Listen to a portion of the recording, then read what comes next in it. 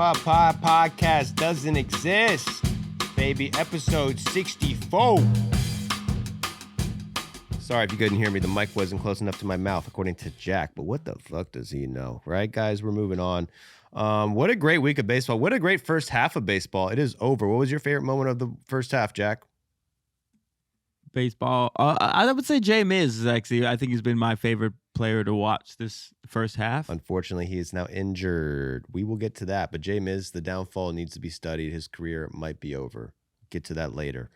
You're not going to want to miss that. A lot of things are happening this week. The Red Sox were completely dead. Now, the Red Sox are back.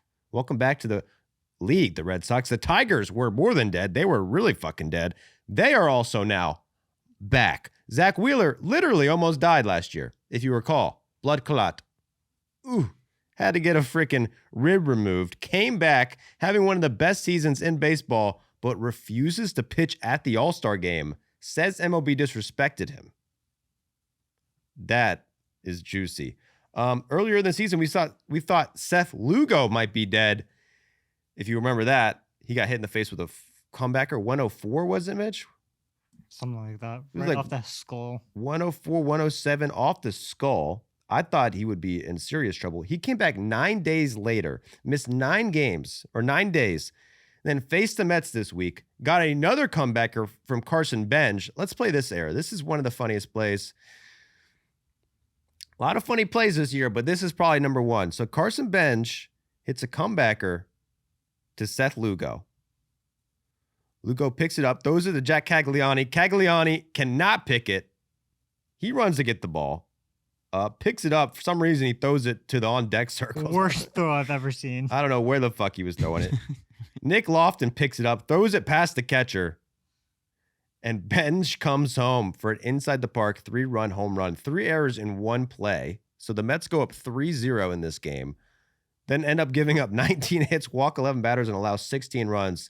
They lose despite the triple error. So the Mets and the Royals are both dead. Both in last. I don't think they're coming back. Dalton Rushing's not dead. They tried to take Rushing out. He's back. He got into another beef this week. Love it, dude. The man will not go quietly in the night. But really, the team that has resurrected themselves, the biggest resurrection of the week and the year is the Boston Red Sox, who less than 3 weeks ago had just lost their second game in a row to the Rockies. They had the worst record in baseball. Sorry, the Rockies. So they lost 2 games in a row to the Rockies, who had the worst record in baseball. Their playoff odds were down to 8.4%. At that point, they had the worst offense in the league, were dead last in runs. They were 14 games under 500 and had the worst record in the American League.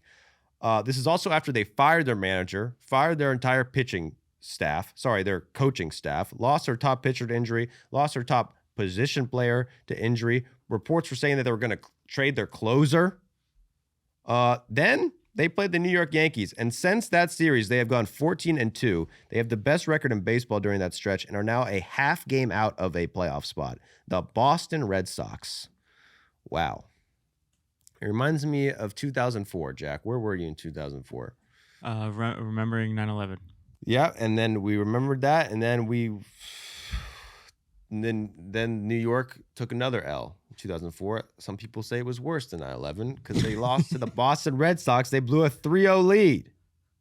Jeez Louise. This team is feeling a lot like that 04 Sox team. Now, that might be a stretch, but either way, they have come back from the deep, dark depths of last place and have played amazing.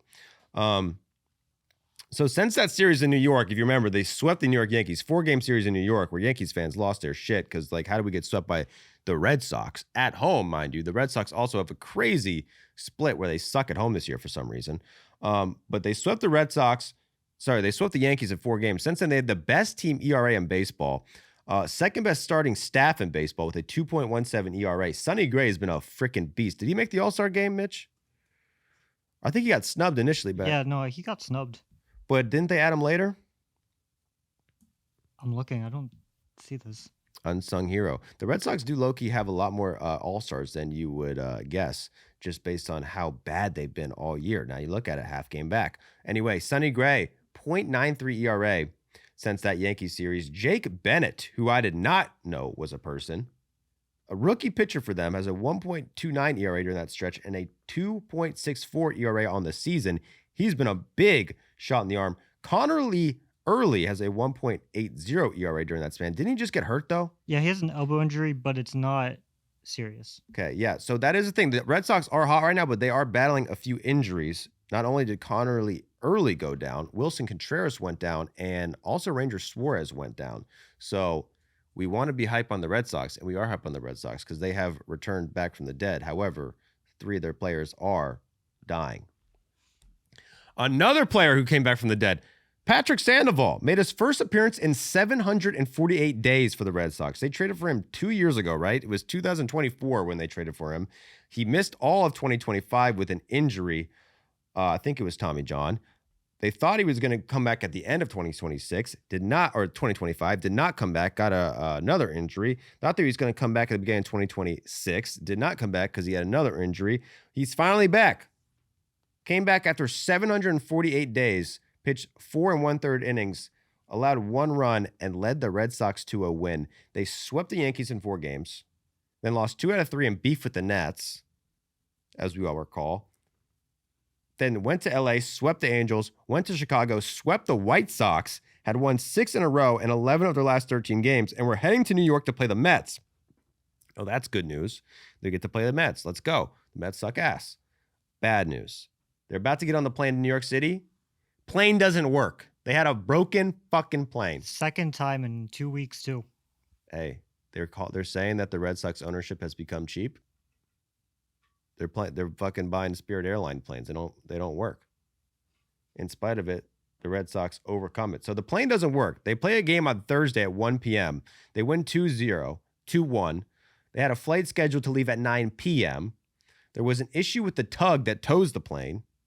So they sat delayed in the plane for over 6 hours on the tarmac. Were there until after midnight, realized they weren't going to be able to leave that night, deplaned, went back to the hotel, got to the hotel at 2 a.m., had another flight scheduled in the morning. This is the day of their game. There was a mechanical issue with the plane. According to Paxton Tolley, it was a broken light bulb in the cockpit. Can't fly in the dark, guys. So that flight did not leave until 3 p.m. Eastern Standard Time. Mind you, the game starts at 7:15 Eastern Standard Time. So they got 4 hours and 15 minutes to get there. Plane lands at 4:40. The Red Sox get to the stadium at 5 p.m. So 2 hours before first pitch, they roll in there. The pitcher, Sonny Gray, starting pitcher, he's on the plane too. He's like warming up in the cockpit, or probably not in the cockpit. He's warming up in the bathroom. I don't know what he's doing. He's doing his little routine, his armbands back there with the tray cart, all this shit. They're coming in. They have to delay the game 30 minutes. I went back and I couldn't find a single game that was delayed because of a flight issue. There probably has been. I couldn't find it. Yeah, usually the planes work. Not this time. 2 broken planes. I guess it was the same plane. So 1 plane, 2 issues. Not good. So you think, oh no, they're going to be sluggish. They're going to be tired. They get no sleep. They've been in a plane for 14 hours straight. Oh my gosh. They're going again to play the Mets in Citi Field. First batter of the game hits a fly ball to right field. Juan Soto makes an error on the first play of the game. This error leads to 2 runs. So wow, are you sure that the Mets weren't the ones on the plane? They got iced out, man. Game started 30 minutes late. They iced out the Mets, and unfortunately, the Mets just can't catch a break. So this error leads to 2 runs. Sonny Gray shuts them down 6 innings, allows 1 run. Red Sox win game 1. Saturday, they do a bullpen game, shut the Mets down for 9 innings, win 4-0. On Sunday, they're going back for their 9th straight win, playing the Mets. They go down 2-0 in the bottom of the 8th. They only have a 6% chance to win this game. According to Gabrielle Starr, the Red Sox were 0-43 when trailing after 8 innings. They're going in the 9th, down 2-0. Runner on first, 1 out. Francisco Lindor gets a potential double play ball to end the game. He makes an error. So there you go. Lindor makes an error that cost him a game, and Juan Soto makes an error that cost him a game. Maybe they just trade them both now. I don't know. Either way, base loaded, 1 out. Jarren Duran hits a pop-up. This was a 72-mile-per-hour exit velocity. Had an expected 170 batting average, drops in for a hit, ties the game. Red Sox end up winning in extras. That's 5 road sweeps for the Red Sox before the All-Star break this season. Like I said, this team somehow it's like unbeatable on the road. It sucks at home. I don't know if there's any explanation for that other than maybe they like getting delayed. Isn't that funny? They're so good on the road, but they have a fucked up plane that's always delayed. When you fly in late and you have to rush to the ballpark, you don't even have time to think about baseball. Maybe they're sitting in Boston thinking about baseball too much. They're thinking too much. The adrenaline pump. It could be an adrenaline thing. I don't know. Maybe the teams they're facing, they're sitting there being like, I can't believe they're not here. They're late to their own game. Like, wow, these guys got huge dicks, you know? Oh, yeah. What a power move. It is a power move. They end up winning an extra 9th straight win. All these games were on the road. So the first time since 1977, the Red Sox go 9-0 on a road trip. Now they are 36-31 under their new manager, Chad Tracy. That's pretty freaking good. Playoff odds went from 8.4% to now being 40% for the Boston Red Sox. And I don't know, man, that might be actually low for the Red Sox right now. Yeah, I mean, Mitch, be honest with me, bro. Gun to the head. AR-15 to the skull, bro. 2 grenades in your pocket. I'm about to pull this thing. What's it called? The pin. I'm about to blow you up with an AK-47 grenade launcher right in your fucking head right now. Gun to head. Mitchell launchers at the waist. I think we got it. Do the Red Sox make the playoffs? It's the American League, man. I think we're going to go yes for now. Do I blow up or am I safe? I agree with you, man. I mean, this Red Sox squad, listen, they've been dog shit all year, right?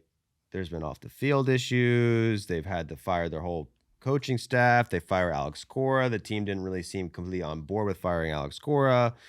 Rumors of trades. They lost their best player, which is I need an update on my man. Where's my man? Why am I blanking? Crochet? Yeah, Crochet. 35 minutes ago from CBS, still not throwing baseballs. See, I remember him getting hurt and it wasn't supposed to be a long-term thing. No, yeah. He had some setbacks. So this says he's essentially back to square one Lord. in the rehab process. He was injured on April 29, and he was set to face live hitters in late May. So we're in mid-July now, and none of that has happened. And basically, when you've missed that much time, you're basically starting back at spring training. What did he have? An impingement or something? Shoulder inflammation. And then I feel like it's progressed to something else. Well, maybe now that the Red Sox are playing better, he's going to get more motivated. He wants to play. I mean, this is the guy who didn't want to pitch meaningless games back in the day for the White Sox, if I recall. So now that the Red Sox are back being contenders, he will be healthy. However, that does suck. And that's not the only injury they're dealing with. Roman Anthony on the 60-day IL. I don't know when he's been gone for a while, so you got to assume he's coming back soon, Mitch? No?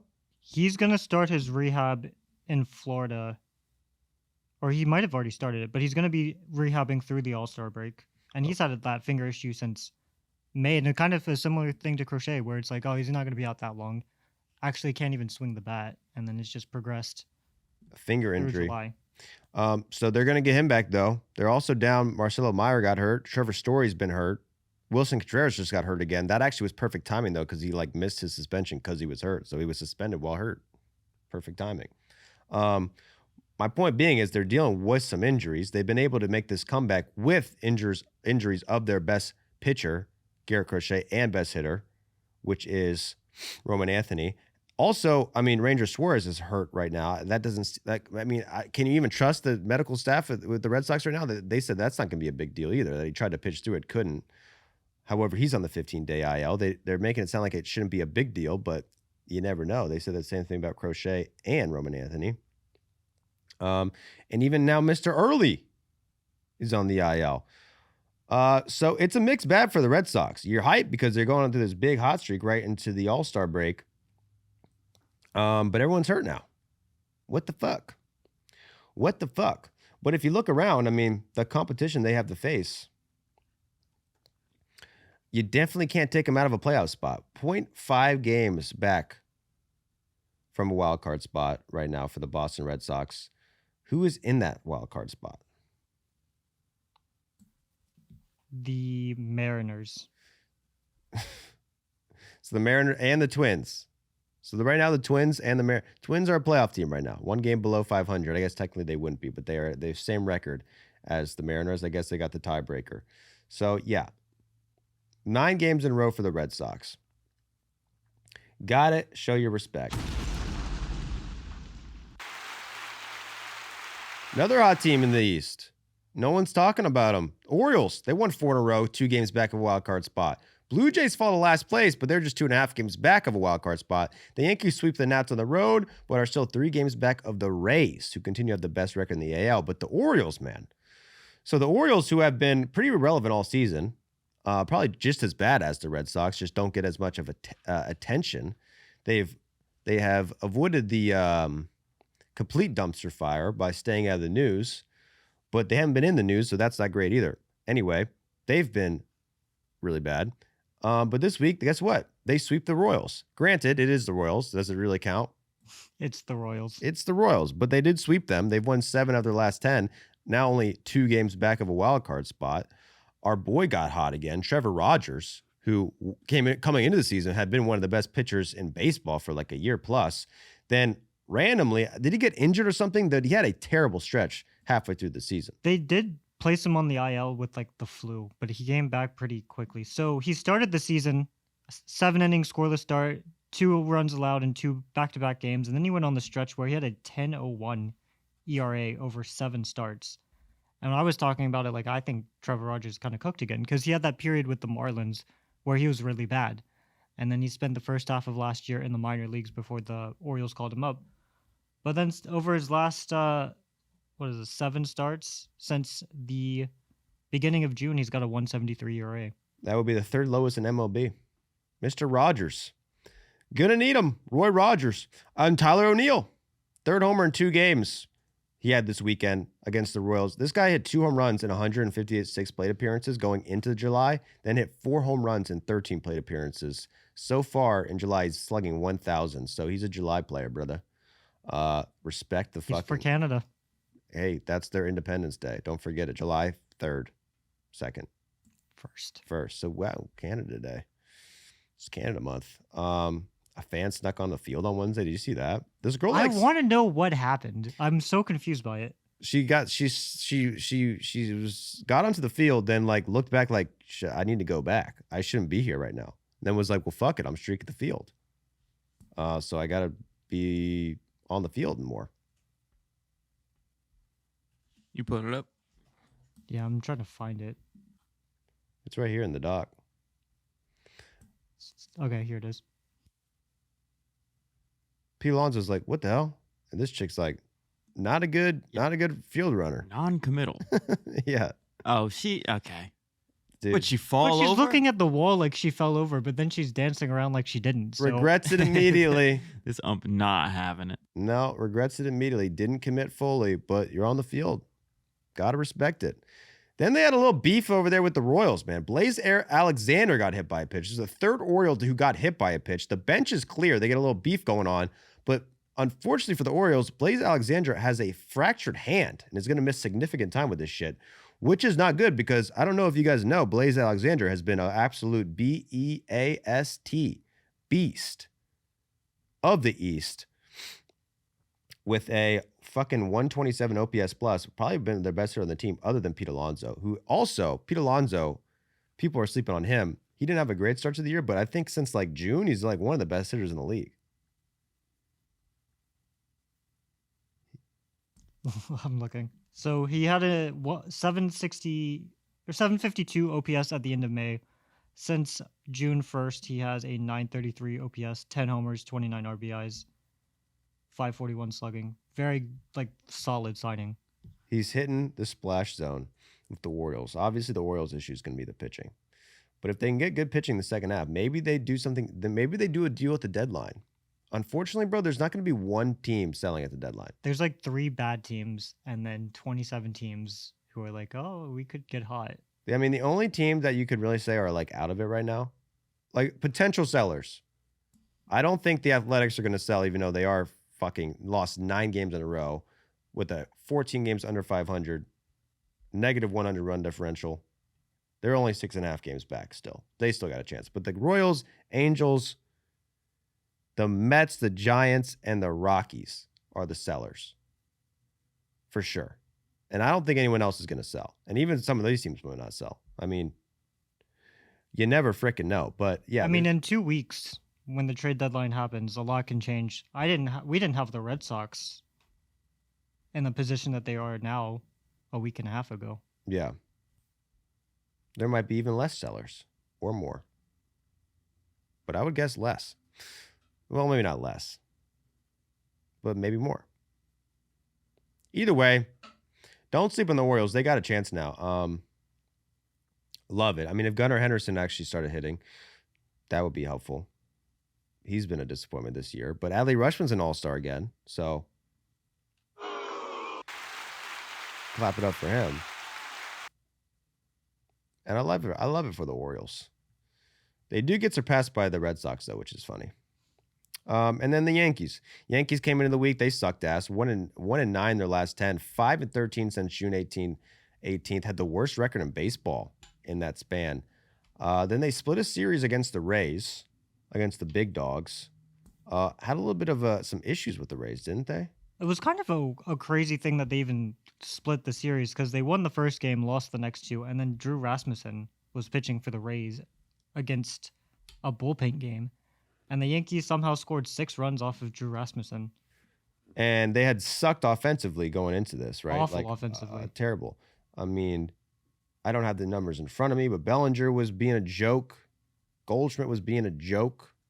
Ben Rice was being a joke. Maybe not Goldschmidt. I actually got him and Ben Rice confused. No, but I Ben think Rice and Bellinger. Goldie hadn't been great either. So going into Thursday's game from June 18, they had the worst offense in baseball by WRC+, 20 points lower than the second worst team. They'd scored the fewest runs in baseball over that span by 4 runs. And they had 2 hitters who had an above average WRC+ since that June before Thursday. And it was Max Schumann and Ryan McMahon. And then Goldie had a 141 average, 297 slugging. And Rice had just started to get hot. I think earlier in the week he started hitting homers. But prior to playing the Rays, he had also been really bad. So overall, the entire Yankees offense, just awful without Judge. Doesn't surprise me. They turn it on, though, bro. They fuck up Rasmussen, and then they fuck up the Nats, embarrass them. They come back 3 games in a row on the Nats bullpen and sweep the Nats on the road. Win 5-3, win 4-2, win 5-3 again. They really did steal a series from the Nats just because they got to play the bullpen. Now, was it impressive for the Yankees? Was it an impressive showing for the Yankees? I mean, I guess you got to be hyped. 3 comebacks in a row. Granted, you did do it against that's like scoring 100 runs against the Little League team. It's like we just swept the. If the Nationals go into a game up 1 run in the 8th inning, you've got like 50-50 shots or better that they're going to blow the lead. You don't get to pick who you play. But if they had to pick someone to play, they would probably pick the Nationals bullpen, who has fallen to be has to be the worst bullpen in the league right now, right? Maybe not by after ERA, the 8th but inning. After the 8th inning, you've got that stat, but it was like an 8.10 ERA after the 8th inning. Well, if you're worst, you're last. They are not worst in hitting. Did you see that the Pirates surpassed the Nationals briefly for the best offense in baseball? Most runs I think scored? they're still there, aren't they? Not according to Roster Resource. Oh, they're tied. Best offense in baseball is the Pittsburgh Pirates. You didn't see that fucking coming. The Nationals and the Pirates are the 1 and 2 in offense. And correct me if I'm wrong, the Pirates were like dead last year in offense. Yeah, there was a tweet that said the Pirates were one of the first teams to go from being the worst in runs scored to the best in runs scored. I'm going to try to find that now. What's up, Twitter world? Is that the juice? Yeah, rest in peace to the juice. Yeah, this is from OptaStats. Pirates are the second MLB team ever to enter the All-Star break, last in MLB in runs 1 year, and first in runs per game the next year.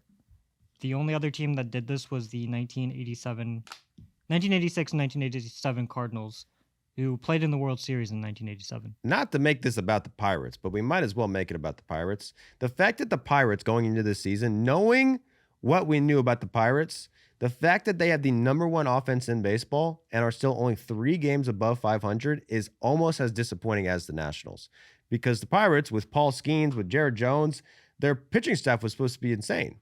That's why they had all these high projections. No one really expected shit from the offense. The fact that they are number one in offense and still only 3 games up, got to be a little bit of a disappointment. Now, I don't want to say you're disappointed if you're a Pirates fan, because the Pirates, 3 games over 500 for the Pirates. That's basically the way that franchise has been trending in the past 2 decades. You'll take that, but sucks that their pitching hasn't been as good as we thought it was. It is insane, though, that the NL Central, how quick it changed, because, they're 3 games over 500. They're 9.5 games back of the Brewers. So, if they want to make it, it's going to be a wild card position.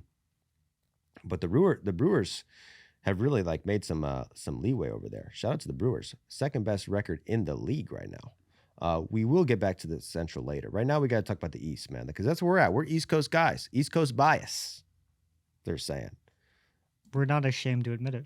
East Coast bias, brother. We just love the Tampa Bay Rays that much.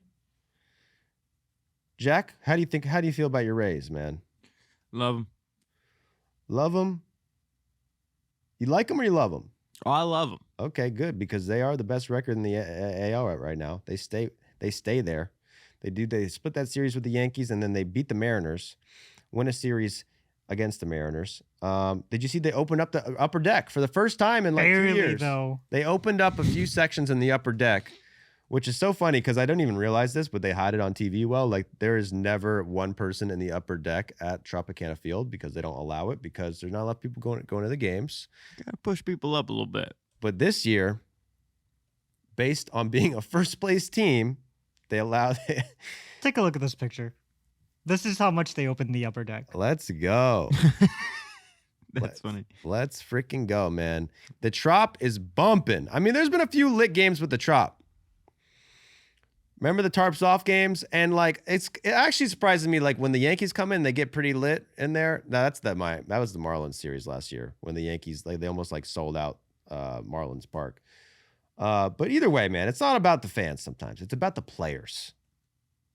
And the players are fucking amazing. Junior Caminero, I don't know what he did this week. That was last week where he was going off. You got anything on the Rays? He did hit more home runs this week. He had 2 more home runs. He now has 28 on the season. Going to be in the home run derby. Home run derby. He just turned 23. And he almost won it last year. Yeah. So if he wins this year, he'll be the youngest player to win a home run derby. Woo. And he was in it last year.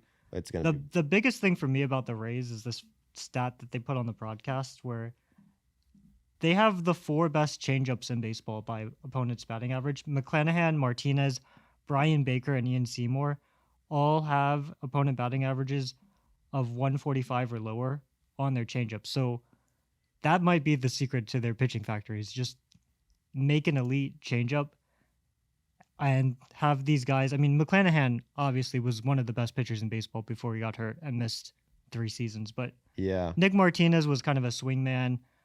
Brian Baker, I really don't know anything about, and neither do I know much about Ian Seymour. But they're just throwing these changeups and getting nothing. Hitters can't touch it. I believe I've looked at this earlier this year. Their changeup usage is going off the charts. A lot of these guys, they get these guys who they didn't throw a lot of changeups.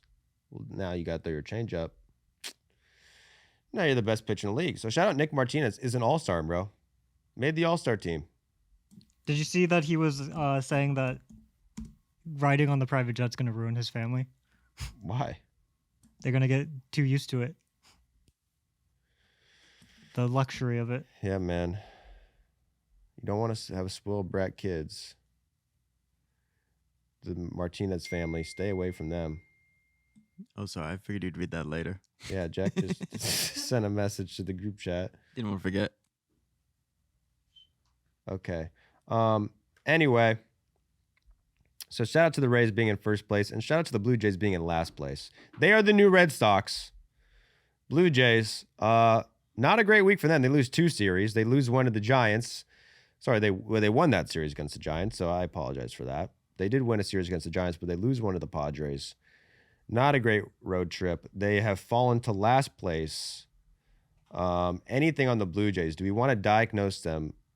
Is there anything that you think the Blue Jays need to really work on going in the second half? It's just weird. The big storyline coming into this week was that their offense was awful. They had Which gone it is. 2 straight games without scoring a run. Against the Giants in game 1, they scored 1 run that snapped a 29-inning scoreless streak. Then they score 9 runs the next game, 10 runs the next game. They score 5 runs against the Padres in a win, 7 runs in a loss, so that storyline kind of goes away. But then the pitching starts sucking after Dylan Cease almost throws a no-hitter. So I don't really know. The Blue Jays, just the levers are not clicking at the same time. Yeah, well, shout out to Dylan Cease. Did almost throw a no-hitter. Was 2 outs away, 1 out away? I think he entered the 9th, and the first batter he faced, Elliot Ramos, had a single. Yeah, and he got to throw 100. He had like 100. He started the pitches. inning Yeah, you with don't 150. see that anymore. He had 115 pitches. They brought him out for the 9th, which is super rare, but couldn't get it done. He's also going to be starting the All-Star game. If you saw that, did you see what the manager said? He was saying he was going to be his guy regardless. That was pretty funny. Schlittler, who is better than him in every category, basically. But the manager for the American League All-Stars is the Blue Jays manager because they went to the World Series last year. And he says Schlittler, who was picked to be an All-Star, says he won't be pitching in the All-Star game. Needs to rest a little bit. So Dylan Cease was picked as a starting pitcher. However, the manager, why am I blanking on the manager's name? John Schneider. John Schneider for the Blue Jays says, we were going to have Dylan Cease be the starter anyway. Look, I respect it. He gets to start. He gets to manage. This is going to be maybe the only All-Star game he ever manages. He's got his guy in the All-Star game. I think you get to play one favorite, and this is it. Hey, why not? Cease deserves it, bro. He's the veteran presence, and Schlittler's soft, bro. It is funny though that Schlittler was like, I'm not pitching in the All-Star game, and then Dylan Cease was named the All-Star starter, but John Schneider was like, I'm gonna make sure Cam Schlittler knows I don't fuck with him. That's rude. And also Schlittler was saying like, I could pitch if they want me to, but I'm not pitching. It was very confusing. I think the Yankees don't want him to pitch, but he probably wants to pitch. And then the interview was saying, I'm available, but I'm not pitching, but I'm available to pitch. So maybe I'll pitch, but Well, did he not get replaced on the All-Star roster? I saw. Well, I'm just in front of his locker. He was saying he's going to be there and he's going to be ready to go, even though it's widely reported that he won't be pitching. So did they replace him? I'm not seeing it. It might have been like too late, but Sonny Gray should be an All-Star, so I don't really know. Well, either way, Schlittler, great first half of the year.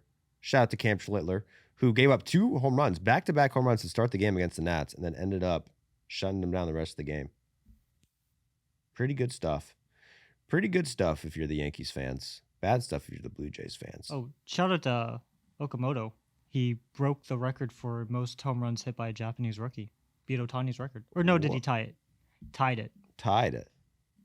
Damn. So he has 22 home runs this year. In 2018, Shohei had 22 homers. So Okamoto has 3 months to break the record. Do you think he can do it? I think he can do it. I don't know. They might call a hit on him if he's flirting with Shohei's record. They might have the man stub his toe. Watch out for an Okamoto stub toe. Be ready for the playoffs. So we're going to the All-Star break. There's a lot of players in the All-Star game. There's a lot of players not playing in the All-Star game. I'll be honest, there's a little less juice in this All-Star game than in past years. There's not, the Home Run Derby, I like it because you got Bryce, you got Schwarber, but the All-Star game, a lot of stars not playing. So Vladimir Guerrero Jr. has a back injury. He won't be playing. Aaron Judge was selected. He can't play. He's injured. Shohei Ohtani was selected. He will instead rest his knee. And he's not even going to Philadelphia. He will not be there.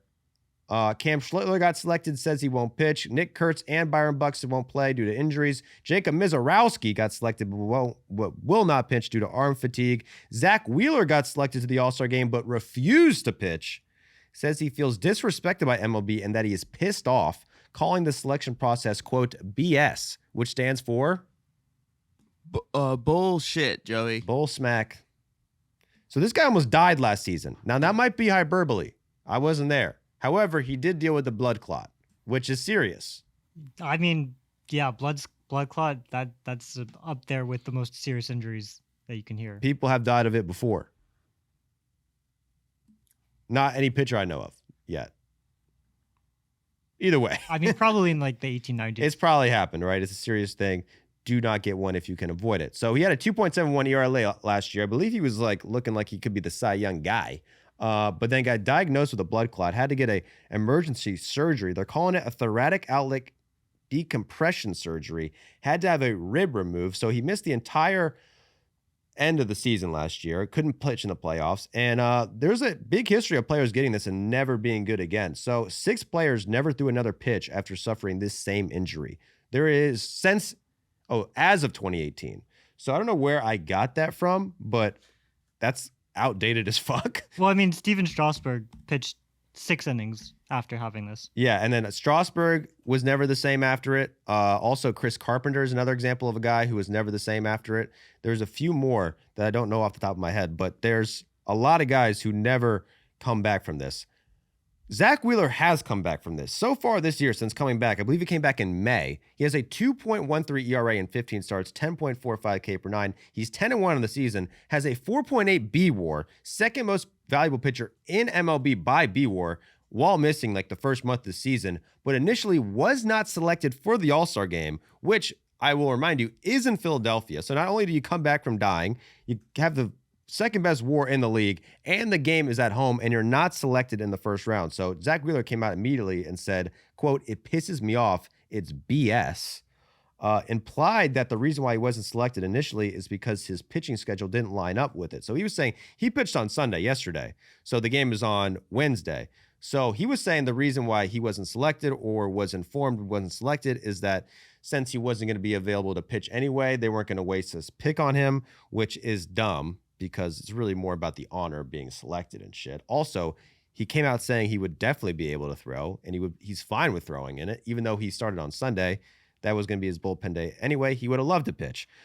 He was then invited on Friday by Major League Baseball as an injury replacement, but says, quote, "Not going to be the 5th option." Refuses to pitch. So Zack Wheeler, they're calling him the biggest snub.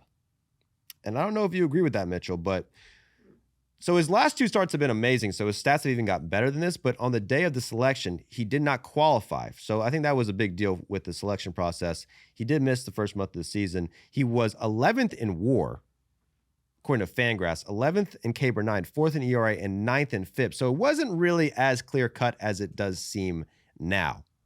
Because if you look at his stats now, the last 2 starts have been amazing. Struck out 14 batters on Tuesday. On Sunday, he strikes out 10 more in 6 shutout innings. Outduels Tarek Skubal. So his stats have gotten even better. He became the first pitcher to have 10-plus wins, 10-plus K per 9, and a sub 2.15 ERA and not be an all-star. So Zack Wheeler will not be there.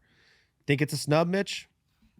I understand the selection process not getting him, because even though he had a 2.36 ERA and 13 starts at the time of selection, other guys had 18, 19 starts in the season. So, like, his own teammate, Christopher Sanchez, had 18 starts and I believe had 35, 38 more innings pitched than Wheeler. So when they're selecting the players are voting on this in, like, mid-June. True, yeah. That's another It just good point.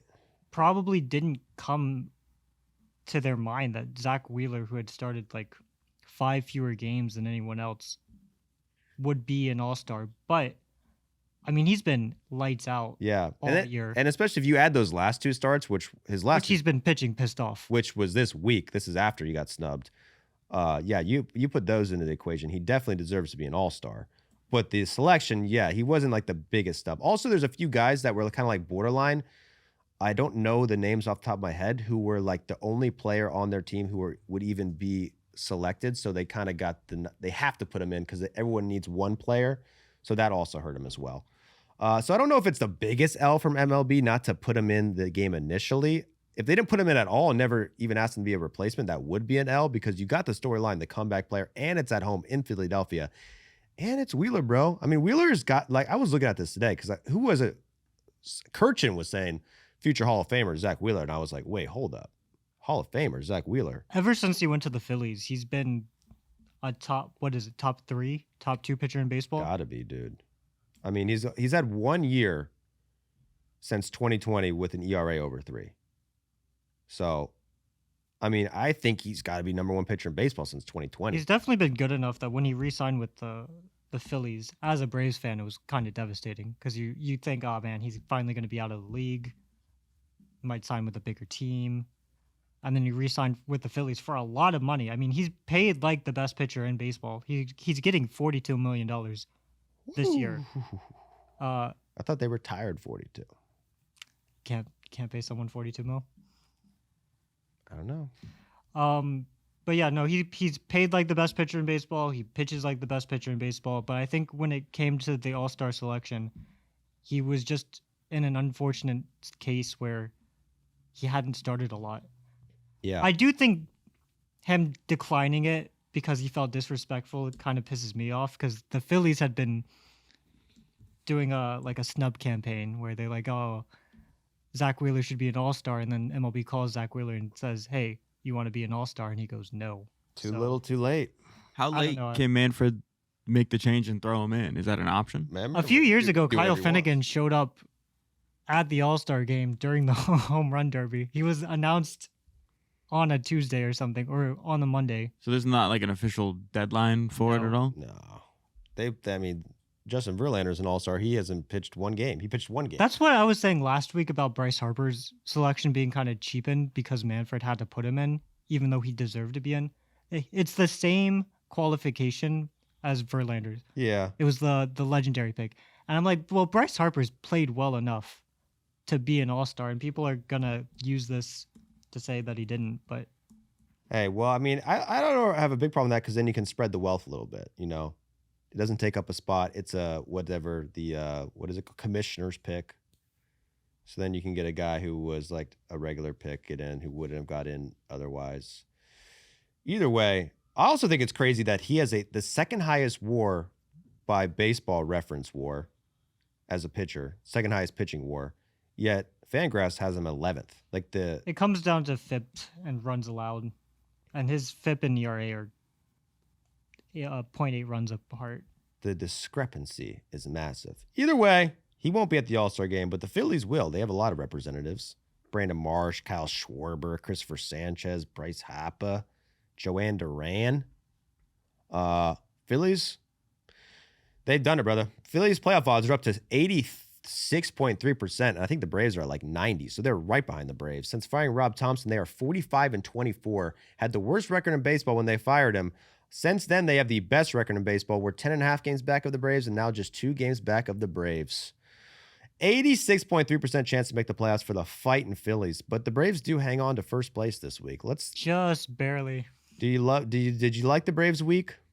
No, I did not. Did you hate the Braves week? It was fine. It was fine. They had some moments. Jarvis, he's a shot in the arm. Yeah, Jim Jarvis. He could be an all-star. You think? He reminds me of, who was that guy in the Mets with the hair?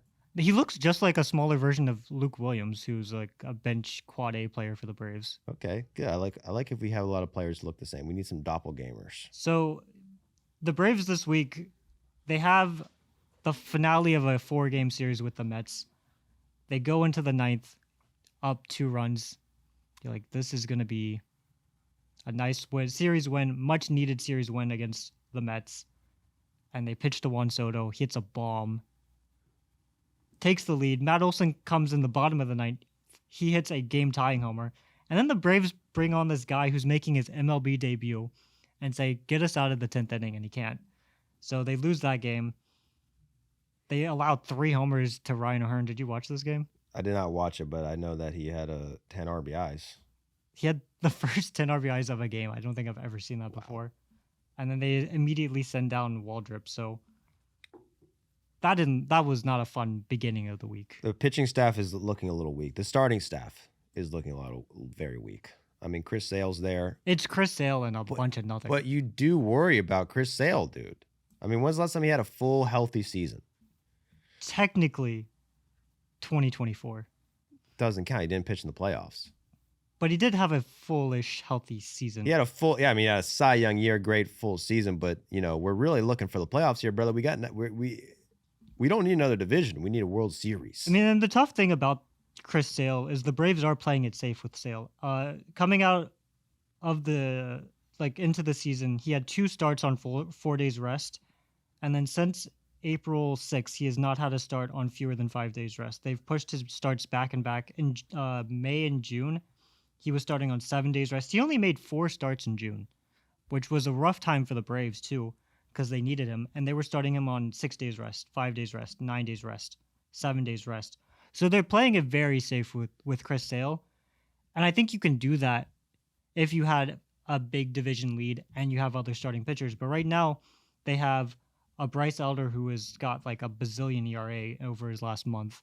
They are starting Ronaldo Lopez again, Grant Holmes, and then it really is nothing. Like J.R. Ritchie's been starting games. He's been really bad. Hurston Waldrop started a few games.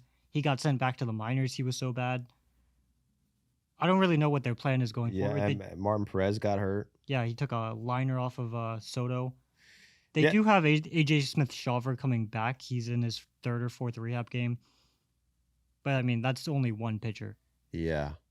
Yeah, I mean, they were saying the Braves didn't add enough in the offseason for starting pitchers. Now they got 5 pitchers on the IL. So that has become the apparent weakness for the Atlanta Braves. However, Ronald Acuna coming back. Yeah, starting his rehab today. Since he went down, some Braves fans don't think Acuna is important to the team. But since June 10, when he got injured, including that game, they have the 3rd worst offense by runs scored in baseball. They have a 356 slugging, a 286 on base percentage. They've gone 10-18, which is the 3rd or 4th worst record in that span.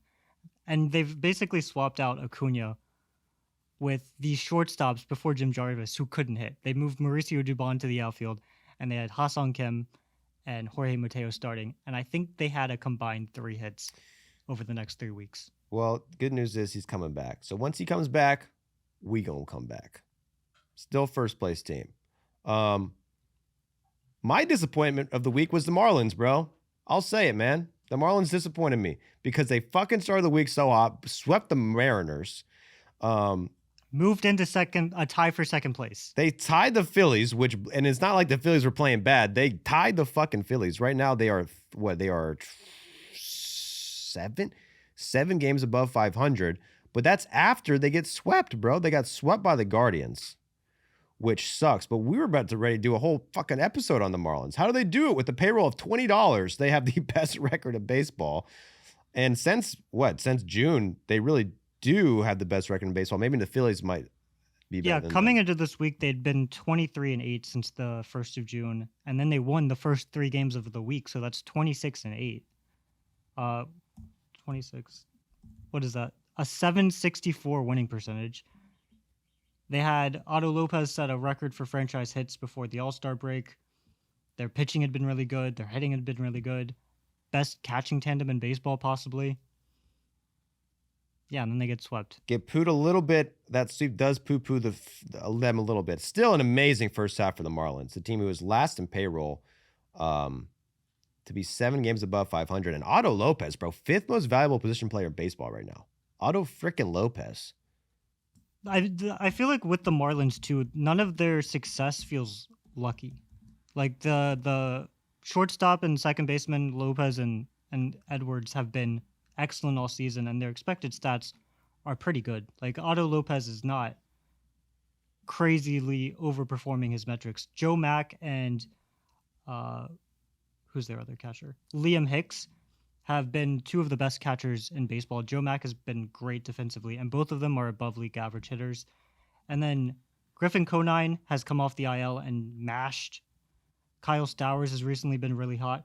Esteury Ruiz, did you see this? He has a 135 OPS plus. And that might be the one guy who's way overperforming. But in general, like, these guys are really good. So you have faith in Liam Hicks. I have faith in Liam Hicks. Maybe he's not like a 131 OPS plus guy. I mean, I'd actually be more worried about their pitching staff. You don't think Max Meyer, Sandy Alcantara, Yuri Perez can cut it for a full season? Tyler Phillips?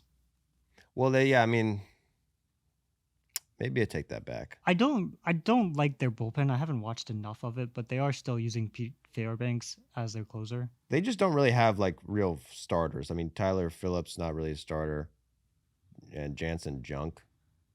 I don't know if he's that good. Yuri Perez definitely a big question mark. However, he's been amazing lately. And I know that during their stretch of like them having the best record in June, the starting staff was like the best in the league. Obviously, it's unfair to say that it's a disappointment if they're not continuing to be the best in the league. They will not be the best in the league. But we do have to give the Marlins some fucking respect for having a great first half with zero money. And they have a dog. They have a dog. This dog went viral a couple of weeks ago because he was sadly eyeing another dog getting a hot dog. And the Marlins, they felt bad for this dog, whose name I believe is Jonah. Cannibalism. A dog eating a dog. And they had a special night for Jonah, which is really more for the dog owners, I think. Like, they get the dog owners, because their dog was sad, they get to go to the Marlins game. Get to throw out the first pitch. Imagine bringing... My dog got caught on camera being sad because we didn't get him a hot dog. Now I get to throw out a first pitch. Yeah. They're bad dog owners. They didn't give their dog a dog. Piece of shit. Well, shout out to the Marlins, and shout out to the Nationals, who fucking choked another bullpen series. So on Friday, the Nats go into the ninth up 3-2 against the Yankees. Jazz Chisholm hits a go-ahead home run. So they blow the game on Friday. Blow a 1-run lead in the ninth on Friday. On Saturday, Nats, first two batters of the game hit homers. They go into the eighth, winning 2-0. Bullpen allows 4. They blow that game. And then on Sunday, going into the eighth, winning 3-2. Bullpen allows 3 more runs. They blow the bullpen. Bullpen blows 3 leads in a row in the eighth inning or later. They get swept by the Yankees because of the bullpen. So the MLB record for blown saves by one team in a season is 37. The Nats already halfway through the year have 27. They're on pace to destroy that. And I believe they have the record already, right? 2 years ago, they broke the record or something. I think so, yeah. So the Nationals bullpen now has an 8.1 ERA in the eighth inning and beyond when playing at home. So no lead is safe if you're the Nationals. 8.10 ERA for the bullpen in the eighth inning or later at home. So the bullpen is absolutely dog shit. However, the offense still insanely good. So they have 10 players. There are 10 players with 20 home runs and 60 plus RBIs this season. 3 of them are on the Nationals. That is James Wood, CJ Abrams, and Luis Garcia Jr. Out of nowhere. Who has been the unsung hero for the Nats. 15 of his home runs have come in the past month. Like, since June 1st. He had 5 home runs going into June, and since then he's had 15. Respect to the Nationals. If the bullpen didn't suck, I mean, they literally lost not 7 games in the past 2 weeks from the bullpen. I mean, they've got swept by the Phillies because of a bullpen and got swept by the Yankees because of the bullpen. They legitimately could have won all 7 of those games. Not like they fucking hit the shit out of the ball against the Yankees, though, to be fair. I mean, they blew 1-run leads. It wasn't like they blew 4-run leads. To be fair to the Nats bullpen, could have been worse. But they did have at least 85% chance odds to win the game in all 3 of those. And they went into the 90s in 2 of those games. Yeah, it's rough. It's rough. But you know what? It's actually better than being the Mets, because the Mets struggle again. I mean, they do beat the Braves in the series, and they do beat the Royals, but they get swept by the Red Sox and have more disappointing errors. Like we already covered the Juan Soto error in game 1 against the Red Sox and the Lindor error in game 3, which really hurts. And those guys apparently are not getting along. So earlier in the week, Mike Francesa, famously of the New York Yankees broadcaster, says that the Mets want to trade Francisco Lindor just because of the locker room issues with Soto. Ken Rosenthal said that he doubts it. However, Ken Rosenthal did say at the start of the year, I thought it was possible that Francisco Lindor could be this year's Rafael Devers, which makes me believe that this beef it gets realer and realer every week. And they asked Lindor whether he'd waive his no trade clause, and he said no comment. Hey. Which doesn't sound like a guy who wants to be there. Listen, bro, would you hate it if Lindor got to go back to Cleveland? They could use a shortstop. That would not be a contract Cleveland would probably take on. No, I think he makes about $170 million more than the Cleveland Guardians want to pay. Yeah, I think the Guardians probably don't have the budget, but I mean, someone will take him. The Braves need a shortstop. Braves, bro. I mean, the Mets want to trade in the division. Braves, the Padres, they're always a team that wants to take on payroll. They need shortstops. They need a shot in the arm. That offense needs a shot in the arm. It's probably just going to go to the Dodgers bucket. Add another one. I don't know. But yeah, I mean, Lindor could be the number one trade piece if he does get traded. Just we'll see. It's tough too. Makes a lot of sense though, right? I mean, the Mets are definitely in the seller's market. However, but I don't think you're gonna sell Lindor, especially because I looked at his metrics. So he has an 86 OPS plus this year, not great. Yesterday, aside from the error, which sucked, he had the 2 RBIs for the game. He had a homer and I believe an RBI double. But he's like greatly underperforming his expected metrics. Like his XBA is 40 points higher than his actual average. His X slugging is like 80 points higher. Well, to me, that's more reason to sell him because he's got that's going to convince the team to buy him. And it's really not the on the field issues as much as is off the field issues. Like you wouldn't, if there was no beef with Soto, you would not trade Lindor. But it's with the underlying. I feel like, teammates can live with each other. You're not going to sell to, like Jeff Kent and Barry Bonds fought each other in the dugout, but they still played with each other. But did they win a World Series? They almost did. Couldn't win a World Series. You can't win a World Series. You can't beat the 2002 Angels, but they almost did. And they kept them together for a while, and Jeff Kent even stole an MVP from Barry Bonds.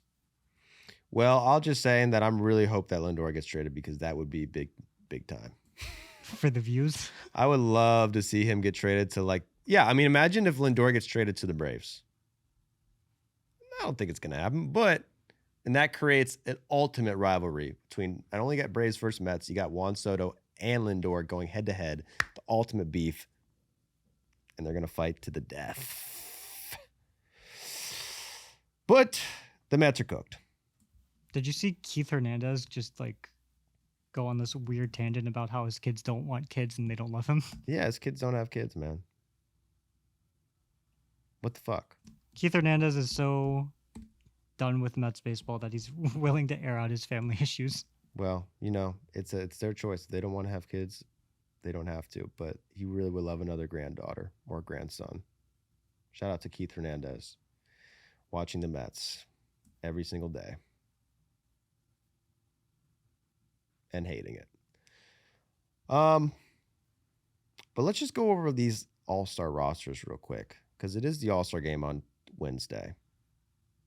And it's going to be a big game. We did cover all the guys who aren't. All-star game's on Tuesday. When is the Home Run Derby? Tonight? Tonight. Shut the fuck up. The Home Run Derby's tonight. You were right. I thought you were right. And then you were like, oh, no, it's tomorrow. Oh, my God. The Home Run Derby is tonight. What time? If we leave right now, we could still make it. Fuck. I'm going to be late for the Home Run Derby. I was going to bring my big glove. It's at 8. I need to send an email, dude. I got to change. Better throw on your boots, check your payroll. Time to hike up to Philadelphia. Yeah. What the fuck, dude? All right. Anyway, let's talk about the All-Star game. Okay, guys, this podcast is brought to you by Brunt Workwear. It's got blue-collar works, baby. These people, they make boots. They also make sweater. They also make other work gear. They sent me a pencil, too, in case you got to do some penciling on the job site. But Brunt's legit. Brunt's got blue-collar roots. Their founder, Eric Girard, grew up in the trades. He built Brunt because legacy brands stopped listening and became fashion companies. And that's the problem with all these new fucking workwear gear. They're trying to sell to the hipsters, bro. But this place, this Brunt gear, this is good work gear for the job site. I got my boot right here, bro, for when I edit TikToks and shit. I'll put on my Marins, and these things get the job done, bro. It's a sexy boot. It's just a good quality boot, man, all around. Zero break-in. No weeks of blisters. They feel good the second you pull them out. High quality build without the heavy, uncomfortable feel of traditional work boots. Because you know a traditional work boot, they get clunky, hard, just stiff, and it hurts your toes. But these things are flexible yet tough. You don't have to pick between one or the other. Usually you got to pick between, sturdy or comfortable. Not Brunt. Brunt got them both, baby. They got options for every job. Waterproof, safety toe, soft toe, heavy duty, lace up or pull on. Brunt's where it's at. Brunt is celebrating America's 250th anniversary with a special collection of limited edition gear, a tribute to the blue collar workers who have helped build America for generations. The collection launches in July and will only be available for a limited time. So get over to Brunt, baby, and buy this limited edition Brunt workwear. Expected to sell out quickly. So get it done. And another good thing about Brunt, not only do they have great options and a ton of sick boots and cowboy boots too, if you like to be a cowboy. They got a risk-free trial. So you can't go wrong with that. Love a risk-free trial. They let you actually wear their boots to work. You can wear these motherfuckers to work and then decide. So that's pretty dope. Not a lot of places do that. Real job site days, you can log them in with the Brunts, see if you like them. If you don't like them, send them back. It is a 100% risk-free guarantee.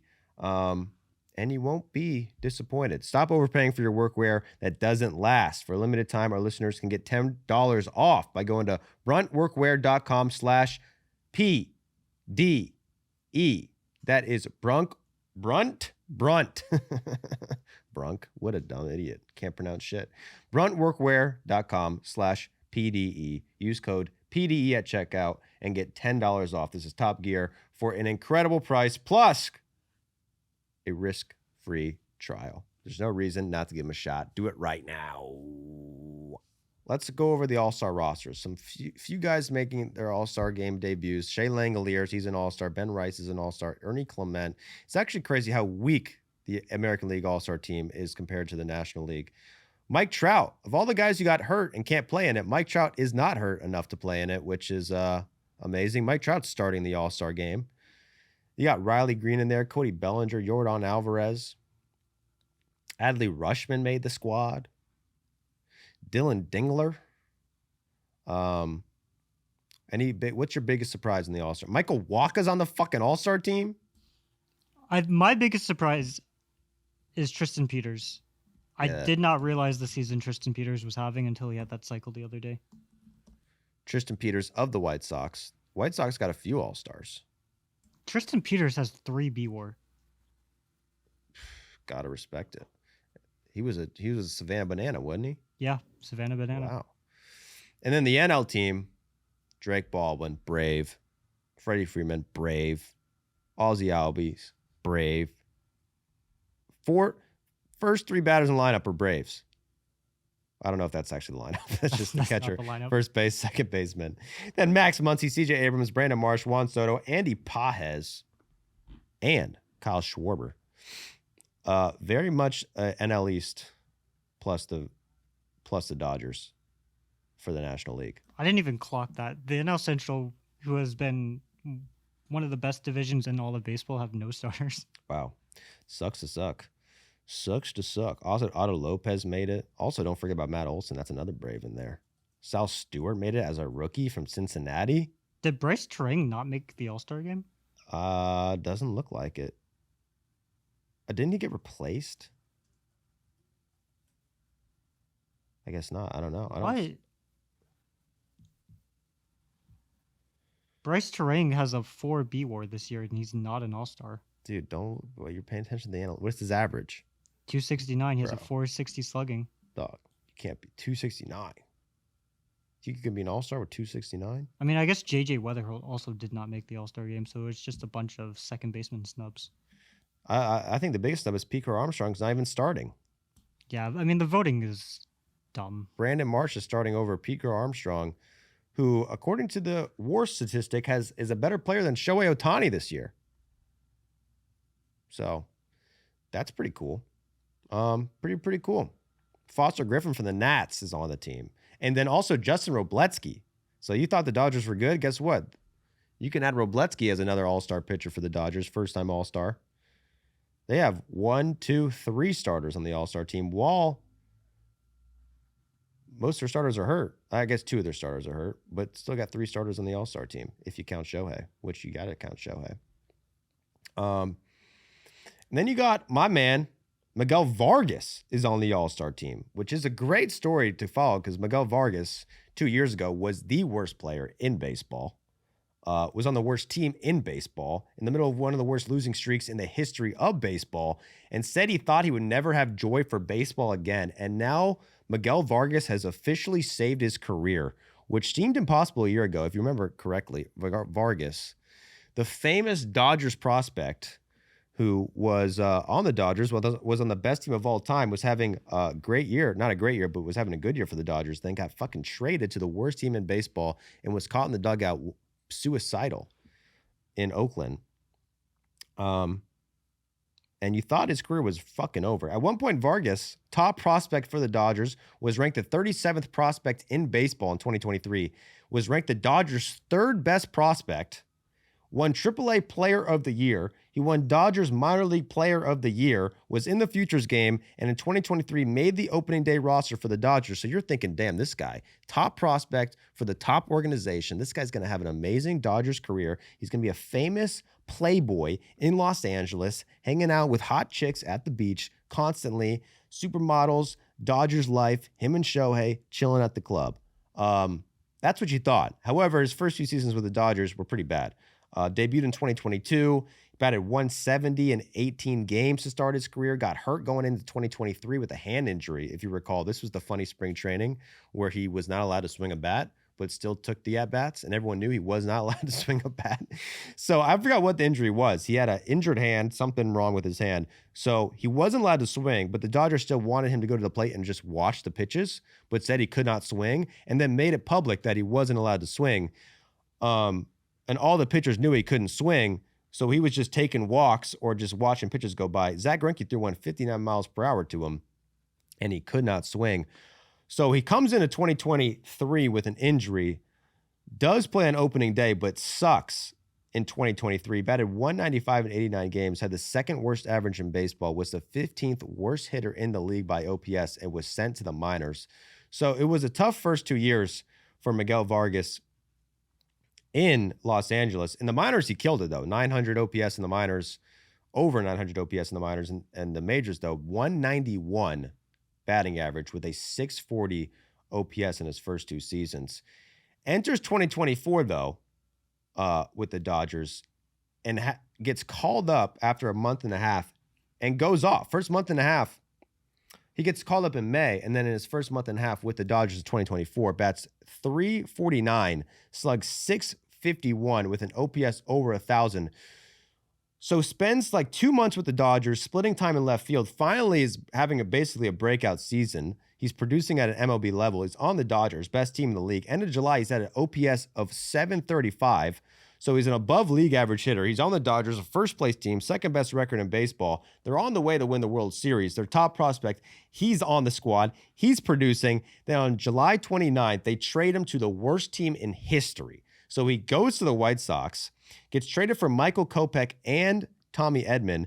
They go to the Dodgers and win a World Series. He goes to the White Sox, who are in the middle of a 15-game losing streak, on pace to have the worst record in MLB history. They were 27-81 at this point. And they're in his first week, he goes 3 for 24, bats 125 with a 484 OPS. And the White Sox lost every single game. They lost 20 games in a row, went to Oakland, played in front of a crowd of 4,900 people, lost their 21st game in a row, and Vargas is filmed in the dugout staring into space, completely distraught.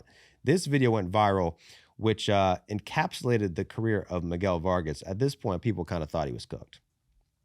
I mean, he basically was cooked at this point. Because not only did he suck for the Dodgers for the most part, he gets traded for the worst team. You're not going to go to the White Sox and get better, you think? I mean, you're with the Dodgers, who are the best development franchise organization ever. Then you go to the one that has developed, literally killed how many careers? Hundreds. Luis Robert killed his career. Mercado killed his career. Not Mercado. Who am I thinking of? Moncada killed his career. Tim Anderson killed his career. Who else was on that squad? Eloy Jimenez, his career. Oh, what's the catcher's name? The guy who got Grandal. No, the guy who got really hot and then ended up in the minors and then posted on Instagram that he was retiring. Oh yeah, Yerman Mercedes killed his career. Andrew Vaughn was the worst hitter in baseball on the White Sox. Then went to the Brewers and was the best hitter in baseball. So all these like top prospects on the White Sox always end up sucking ass. Not going to say it, but I'm going to say it because they're on the White Sox probably. And so Vargas, who already is not playing that great for the Dodgers, goes to the White Sox. It's basically a death sentence. I don't even know. This is the funny part. I don't know which sad video you're talking about. There's a screenshot of Miguel Vargas who looks like he's crying on the field, like during an inning. And then there's this one where he's distraught after a loss. I think this was after their 17th loss in a row. That's their 20th loss in a row in This was the 20th? In Oakland in front of 4,000 people. 2 weeks earlier, he was on the LA Dodgers with Shohei Ohtani on his way to a World Series. Now he's in Oakland in front of 4K, lost 21 games in a row. Like I don't even know which sad video you were referencing. He was sad. And he comes out that year, says he was sad. He's just in the corner by himself. This one's just a guy sitting down. Dude. No, this man was distraught, bro. Disassociated. He was distraught. And you don't blame him, bro. So his OPS went from a solid 735 in LA down to 587 in 2 weeks. Nearly drops 200 points in 2 weeks. He ends up playing 42 games for the White Sox that year, bats 104 with a 170 slugging percentage, was the worst player in the league. So he had a negative 1.2 FWAR, the worst in baseball.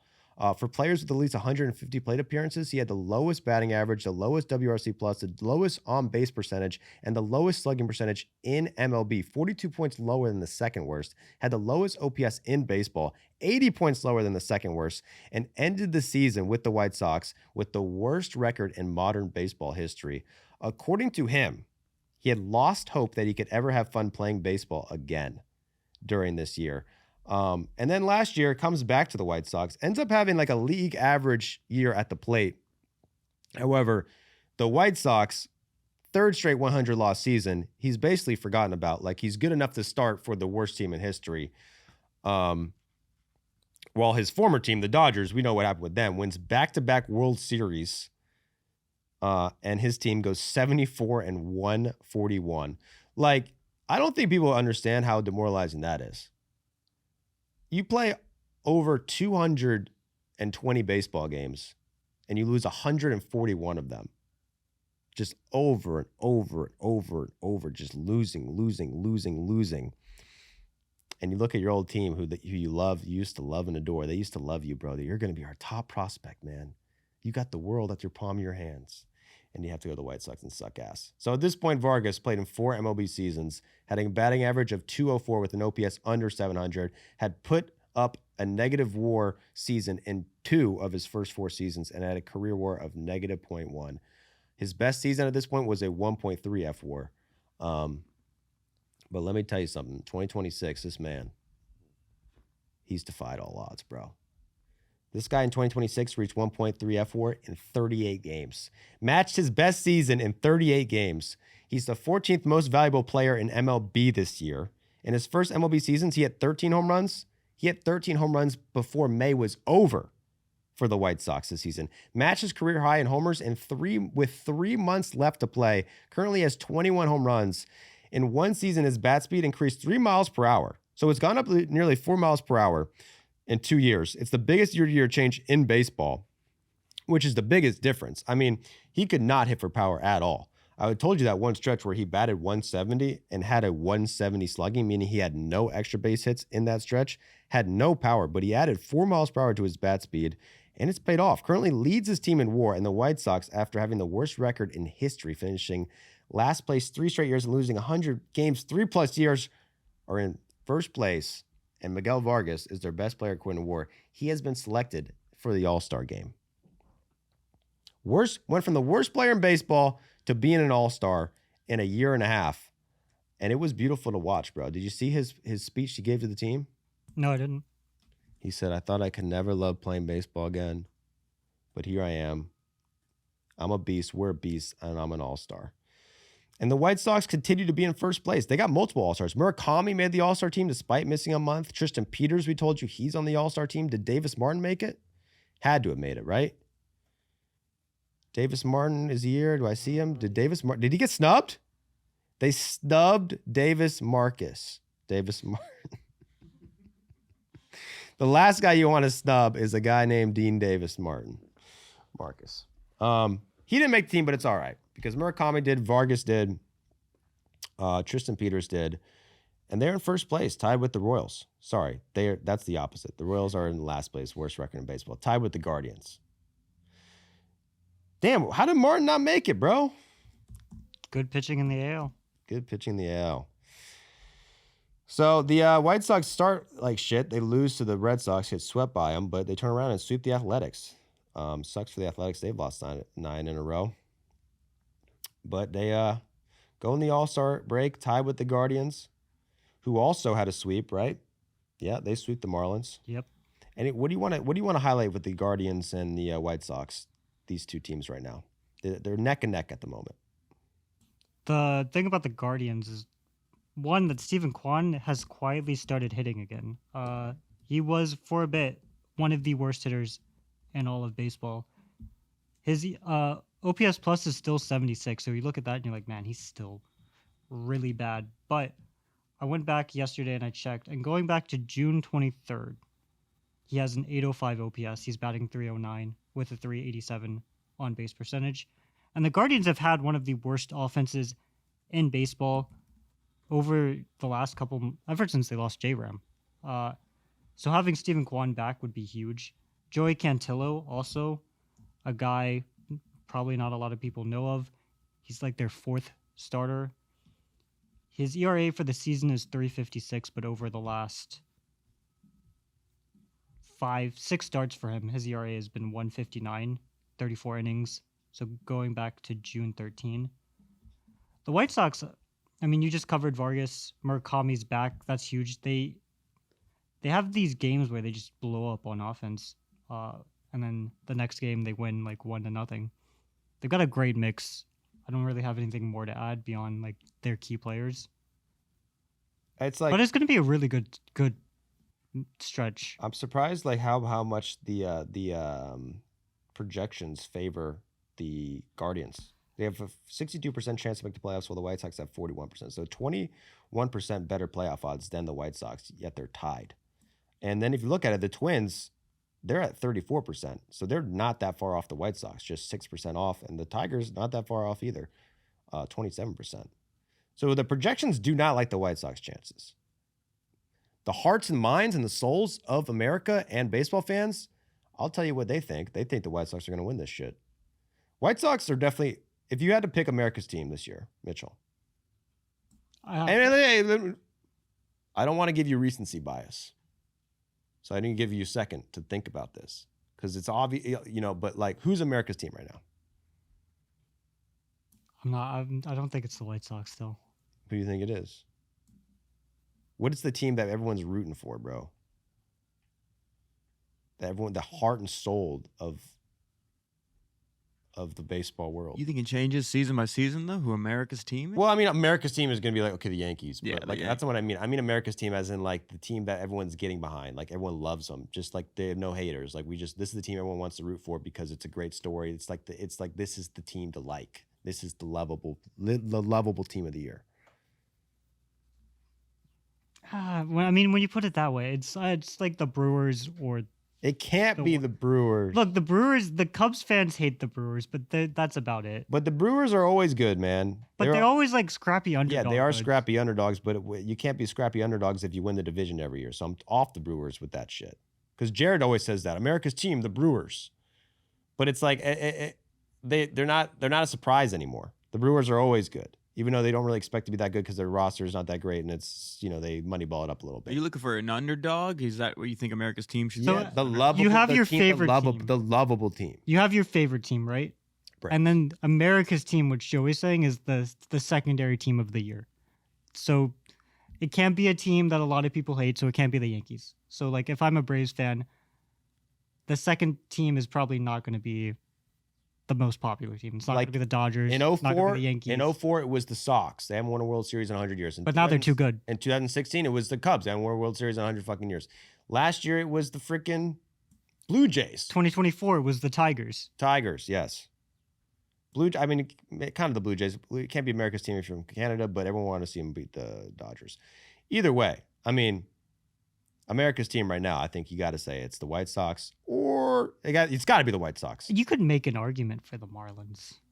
No, bro. I Because no one's behind them, bro. They're lame. They're not lame. They don't have the pizzazz, bro. Like, and the park's not bumping. Like, the White Sox are like selling out games, hitting walk-offs. You got level players. You got Vargas. Like, Vargas is one of the most likable players in the world. The depressed sad guy wears his emotions on his sleeve. He's resurrected his career. Murakami, I got power. True. I mean, when are the Marlins ever going to sell out? But Otto Lopez is another version of Miguel Vargas. This guy, this Canadian infielder, he makes his debut for the Blue Jays. The Blue Jays don't even want him. He gets DFA'd by the Blue Jays, gets DFA'd by the Brother, Giants. I don't even know what Shows up on the Marlins. I don't even know what Otto Lopez looks like. I know I guess I'm a casual, but like, you're telling me that Otto Lopez is on the same level as Miguel Vargas? If I saw Otto Lopez out and about, I wouldn't even recognize. Otto Lopez is an underdog story. He's a Canadian. Who is that? That's Otto. It's a man called Otto. Okay. And this guy came out of nowhere after being designated for assignment by his own local team. Okay, cool. Just got a citizen update. Man reportedly armed with a gun arrested outside U.S. Capitol building. So we should be aware. What else is new? What else is new? Should have been me. I feel like America's team should be the Rays, but they're not as entertaining. Is that just your Tampa bias, though? Not really. I don't actually have any Tampa bias when it comes to baseball. Rays follow that same path where it's like they're not unexpected. Like, no one's surprised that the Rays are good this year. They're untraditional and they're scrappy, but it's not really a surprise because they're always there. The White Sox have 300 lost seasons in a row. We're the worst team in baseball 2 years ago. And they got this Japanese guy who's hitting fucking home runs and has funny quotes, and Miguel Vargas, who was suicidal in the dugout a year and a half ago. I will say the Pirates should have been America's team this year, but then they're not. Yeah, the Pirates. That was my second place team. But the Pirates, if the Pirates make a run for sure, they're in there. But 3 games below 500. I mean, dude. If the Pirates get hot in the second half, which I would love to see, they have a chance to overtake the White Sox as America's team. But I say hands down, it's got to be White Sox at the moment. But moving on in the Central, the Tigers. Do not slip up the Tigers. I mean, Mitchell, you just said that Tigers were America's team 2 years ago. Could they be again? They could be again, brother. So the Tigers got hot, low key, under the cover of darkness. Did they get hot? Everyone was talking about the Red Sox. The Red Sox, they've resurrected themselves. But the Tigers, who were completely fucking dead, are now undead. So on May 31st, they had gotten swept by the White Sox. They had gotten 6-22 in May. Over 1/3 of their games in May resulted in a blown save. So I don't think we really clocked this, but bro, the Tigers blew games like crazy. In 1 month, they blew 10 games. So they were 16 games below 500, worst record in the AL, 9 games out of a playoff spot. Not only that, Scuba was hurt, and they looked absolutely dead. Since then, 22-14, best record in the AL. since June 1st. Best team ERA since June 1st. Best starting staff ERA since June 1st. And most home runs in baseball since June 1st. And I think that's got to be the biggest shocker. No, I just read that and I was like, what? That is, yeah, they don't have, who's a big bopper on the I mean, obviously you got Riley Green, but then I'm like, Torque? Dylan Dingler? Dingler's been having a great year, bro. Dingler. Don't sleep on Dingler. Really, their pitching staff. Jake Flaherty, who led the league in losses last year, entered June with a 5.81 ERA. He's come back from the dead. 2.12 ERA since June. Troy Melton, who debuted last season, made 4 starts, 12 appearances out of the bullpen, made his first start in 2026 in May. They thought he was dead. He's not dead. I didn't think he was dead. I didn't think he existed. But he does exist, and he's good. 1.82 ERA in 8 starts this year. Made it into the 5th inning or later in every single start. 3rd best ERA in MLB since returning in May.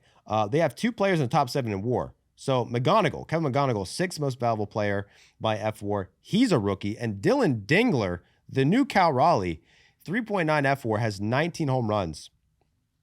So the offense has come along as well with the pitching staff. The pitching staff doesn't really surprise you. I think they've actually been pretty good pitching all year. It's just like when Scooble got injured, the rest of the staff just forgot how to pitch. Like who else? And then they've come back. So Scooble came back and they were like, oh yeah, this is how you pitch. I mean, if you really break down the Tigers season, which has been absolutely dog shit, it really comes down to the month of May was just unbelievable bad.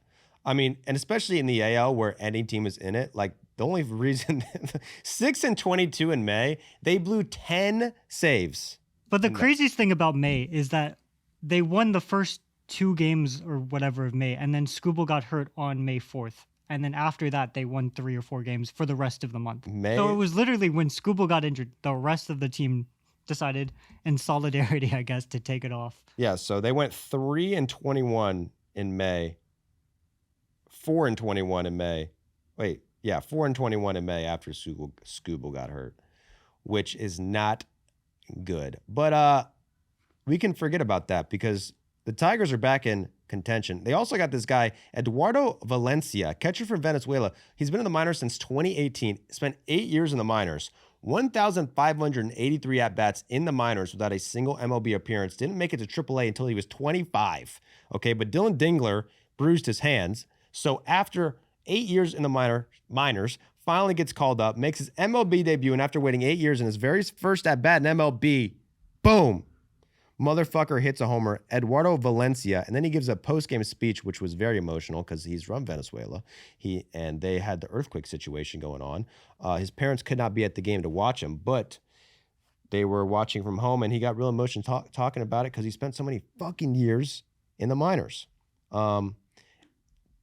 BD Philanthropy. We can donate to Venezuela below the comments on YouTube.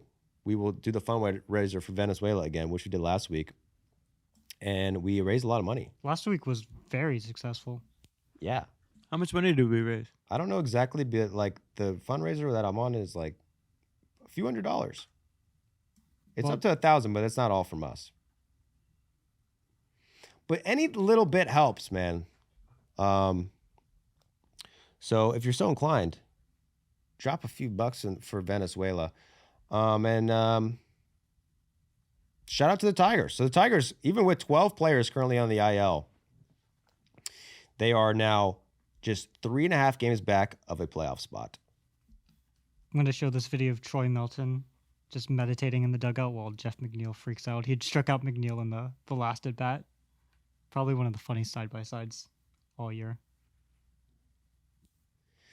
I like how he's like, I'll do it into the hat. That way nobody can tell how mad I am. Meanwhile, losing his fucking Nelson's mind. just in the dugout, like, peaceful. Melton players. So the Tigers, they had won 9 of 10 games. They did lose their last 2 games to Philly before the All-Star break. But you know what? We're not going to harp on that. They had to face Zack Wheeler, man. They had to face Zack Wheeler. It's all right. They went on a 6-game winning streak, won 9 of their last 10 games. They are now just 3.5 games back of a playoff spot, and their playoff odds are up to 27%. Now, mind you, this is a team that had 0.2% playoff odds 2 years ago and made the playoffs. So they were down to 8.4%. Now they're 27%, just 3.5 games back. There is plenty of season left, and I do not think the Tigers are going to be trading Skubal anytime. And Skubal doesn't want to be traded. No. He's a gamer. Remember when he pinched his nuts a couple weeks ago? I wonder if he adjusted his pant size. Looser or tighter? Would be crazy to go tighter. Would be crazy. You can't go much tighter than that. But, I mean, when I was saying that the Tigers are unsung, no one's paying attention to them, they're the comeback. What about the Twins, bro? The Twins, they won 4 out of 6. They beat the Guardians, their division rival, and they beat the Angels on the road. Without Buxton, am I right? Is Buxton playing, or is he just hurt for the All-Star game? I think he's on the IL now. That's sad. The fact that they won 4 out of 6 without Buxton, that tells you everything you know about this Twins team that will not go away softly in the night. The guy who's surprised me a lot is Taj Bradley. So Taj Bradley was a prospect for the Rays. And usually when you make a trade with the Rays, it's not going to go well for you. Bradley last year with Tampa Bay had a 4.61 ERA. They traded him to the Twins at the deadline. Was terrible for the Twins after the deadline. 6.61 ERA in 31 starts. This year he has a 3.59 ERA, which is not like eye-droppingly or eye-poppingly good. But over his last 4 starts, he hasn't allowed more than 2 runs. He's gone 7 innings in back-to-back starts, 2.32 ERA over his last 5 games. And the Twins, I don't feel like, aside from Joe Ryan, really have known pitchers. No, they don't really have known players in general. What about Cody Funderburk? That's a cool name. Funderburk? Keep an eye on him. Or Woo-Suk Go. Oh, yeah. Woo-Suk Go became like the 4th player in Twins history to also have played for the LG Twins. Oh, okay. Twins. Oh, dude. Twins and Twins. And then they've got a twin on the Twins. Holy shit. So, the Minnesota Twins, called the Twins because they're in the Twin Cities, they have a guy named Woo-Suk Go. Am I saying that right? Sure. It's actually Woo-Suk. Okay. So I said it right. Yeah. Woo-Suk Go. He played for the Twins, but in Korea. So he lives in Korea, he plays for the Twins. He comes to America, he plays for the Twins. Not only are they named the Twins, they're in the Twin Cities, and they have twins on the team? They have a twin on the team. Who's the other? Taylor Rogers is the twin who's played for the Twins before, but his brother is on the Blue Jays. So his brother's on the Blue Jays, but if they get him on the Twins, then you've got twins on the Twins, I think they need to be doing. Well, they already have 26 twins on the team technically, because once you're on the team, you're a twin. I think the whole roster should be made up of exclusively fraternal and identical twins. That's kind of tough, though, at this day and age. Yeah, I mean, you're going to have to start because breeding. It's weird. The identical twins, one identical twin's always better than the other.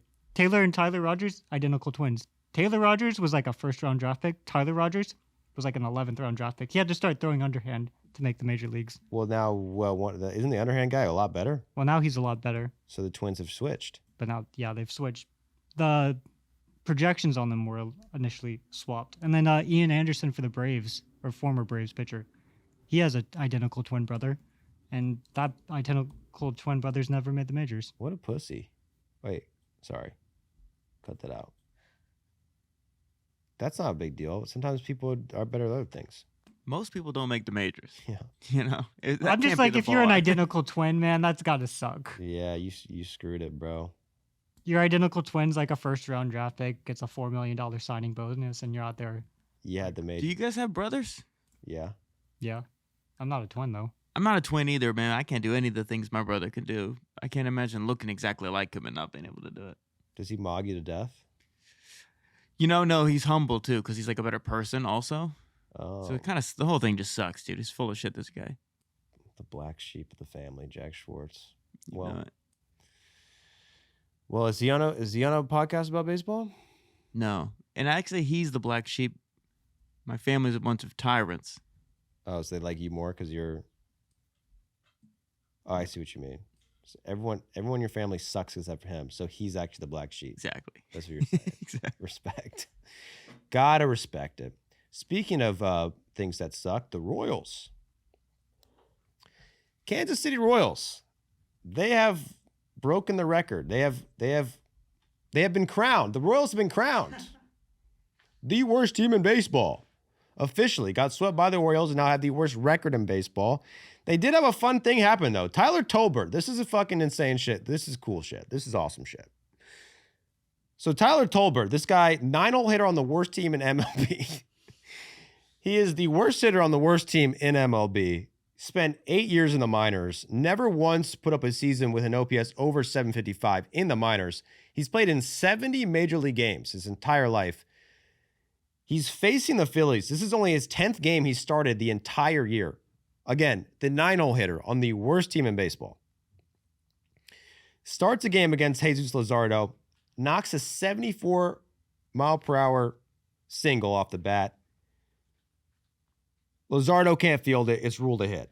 Little bullshit single. Then rips a single off Jesus Luzardo. 2 hits against an all-star pitcher. Great game. They take him out of the game. 2 for 2. Great game for Tyler Tolbert.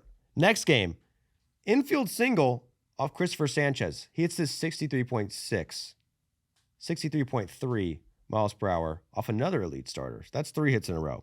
Then hits an RBI double off Christopher Sanchez. Hits this one 86.7 miles per hour. That's his first double of the season.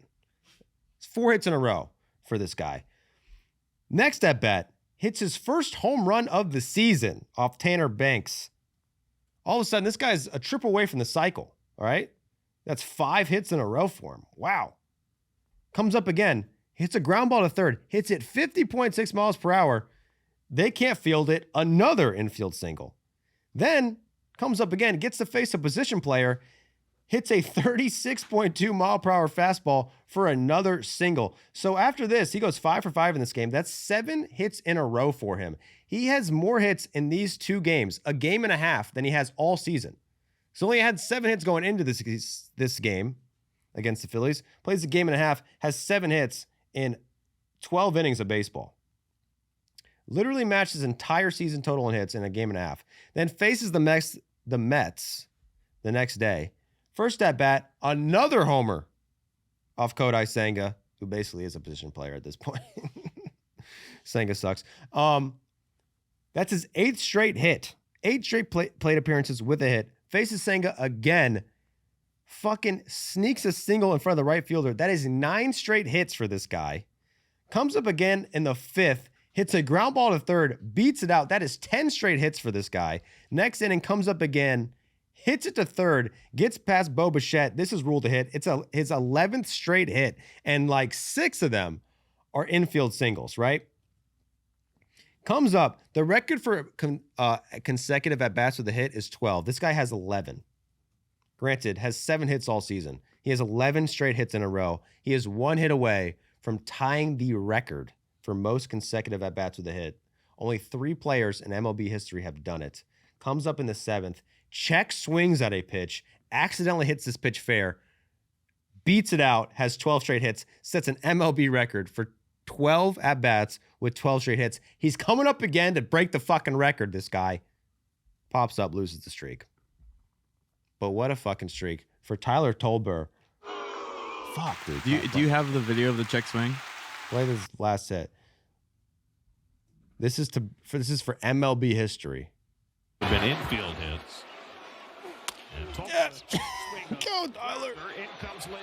Lindor can't get it. That's some angels in the outfield shit right there. I know. 6 of those hits, just like that.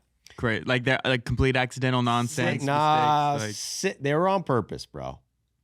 But I mean, but how many of them were due to Infield singles? just errors? 6 infield singles. No errors. No errors. No errors. If an error doesn't count as a hit. So no errors. That's what makes it so unprecedented. If you reach base and they made an error and that's the reason, you don't count it as a hit? No. It does not count as a hit. That counts as an out in the scorebook for your average, for your personal stats. So if you hit a ground ball to shortstop, he fucks it up, and you get safe at first, you're 0 for 1. Wow. But I don't know if that makes sense to me. This is an infield hit. It goes to the shortstop, Trey Turner. But because Turner fields it properly, he throws it properly, and Tolbert's safe. Right, it was really the bounce. No misfield. Like, no misplay by the infielder. That's a hit. He had a couple of these that I thought could have been errors. There's one by Bo Bichette Yeah, I don't. that I don't know how this was not ruled an error. I believe this is the one. Yeah, that's borderline. Is it the bounce that makes it not an error? It's borderline. The error I mean- play is basically like if the fielder can play it without extraordinary effort, then It's a little arbitrary. it's very arbitrary. If it's a Yeah. routine play, it's an error, but it's a little arbitrary. But this like should have been fielded by Bichette. It's just the in between hop that kind of gets him. But It's a short hop. No offense. Also, dude, don't try to shit on history. no, I think it was impressive that he had almost as many out of the infield singles as he did home runs. Like the 2 home runs part is Two- the funny part. 2 home runs, a double, 6 infield singles. His stats during the streak. So his average went from 240. His career batting average goes from 247 to 340 in 3 games. His batting average, obviously at this point, was 1,000.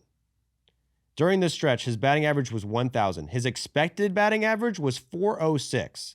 His on-base percentage was 1,000. His expected on-base percentage, 406. His slugging percentage, 1,583. His expected slugging, 546. His average exit velocity was 83 miles per hour, and his hard hit percentage was 33%. So he has 12 hits and 12 at-bats, and only hit 4 of them hard, according to the hard hit percentage. And his average distance was 139 feet. Unbelievable for Tyler Tolbert. So if you ever feel like, man, I'm not talented at all, bro. How am I going to do something sick? Just look at Tolbert. And he had 2 home runs in this stretch. Yep, 2 bombs, He's got 3 career home runs. 3 bombs. Like that. Like won his rookie season last That's season. the funniest thing about these streaks is like it's never the players you would expect to go on these streaks. The last streak of 12 hits without an out was done by Jose Miranda, who's Lin-Manuel's cousin. Who's And- cousin? Lin-Manuel Miranda, the guy who did Hamilton. Jose Miranda is his cousin. Oh, we've talked about this before. And Yeah, Miranda Hamilton just like keeps coming up. Miranda like was in the minor leagues by the end of the year. You guys don't know the guy who did Hamilton? Part of me is like, okay, so if you're good enough to make it to the show, you kind of have it in you to do all these things, but it's the game itself. It's the stress of playing Major League Baseball that I think makes people not do that. So then you just catch a streak where maybe he was just flying high that week. Maybe he has a new girlfriend. You know, I don't know what his love life is like, but We should figure that out, because if he does 12 hits in a row, bro, you deserve some from Dome, bro. at least. At least some Dome.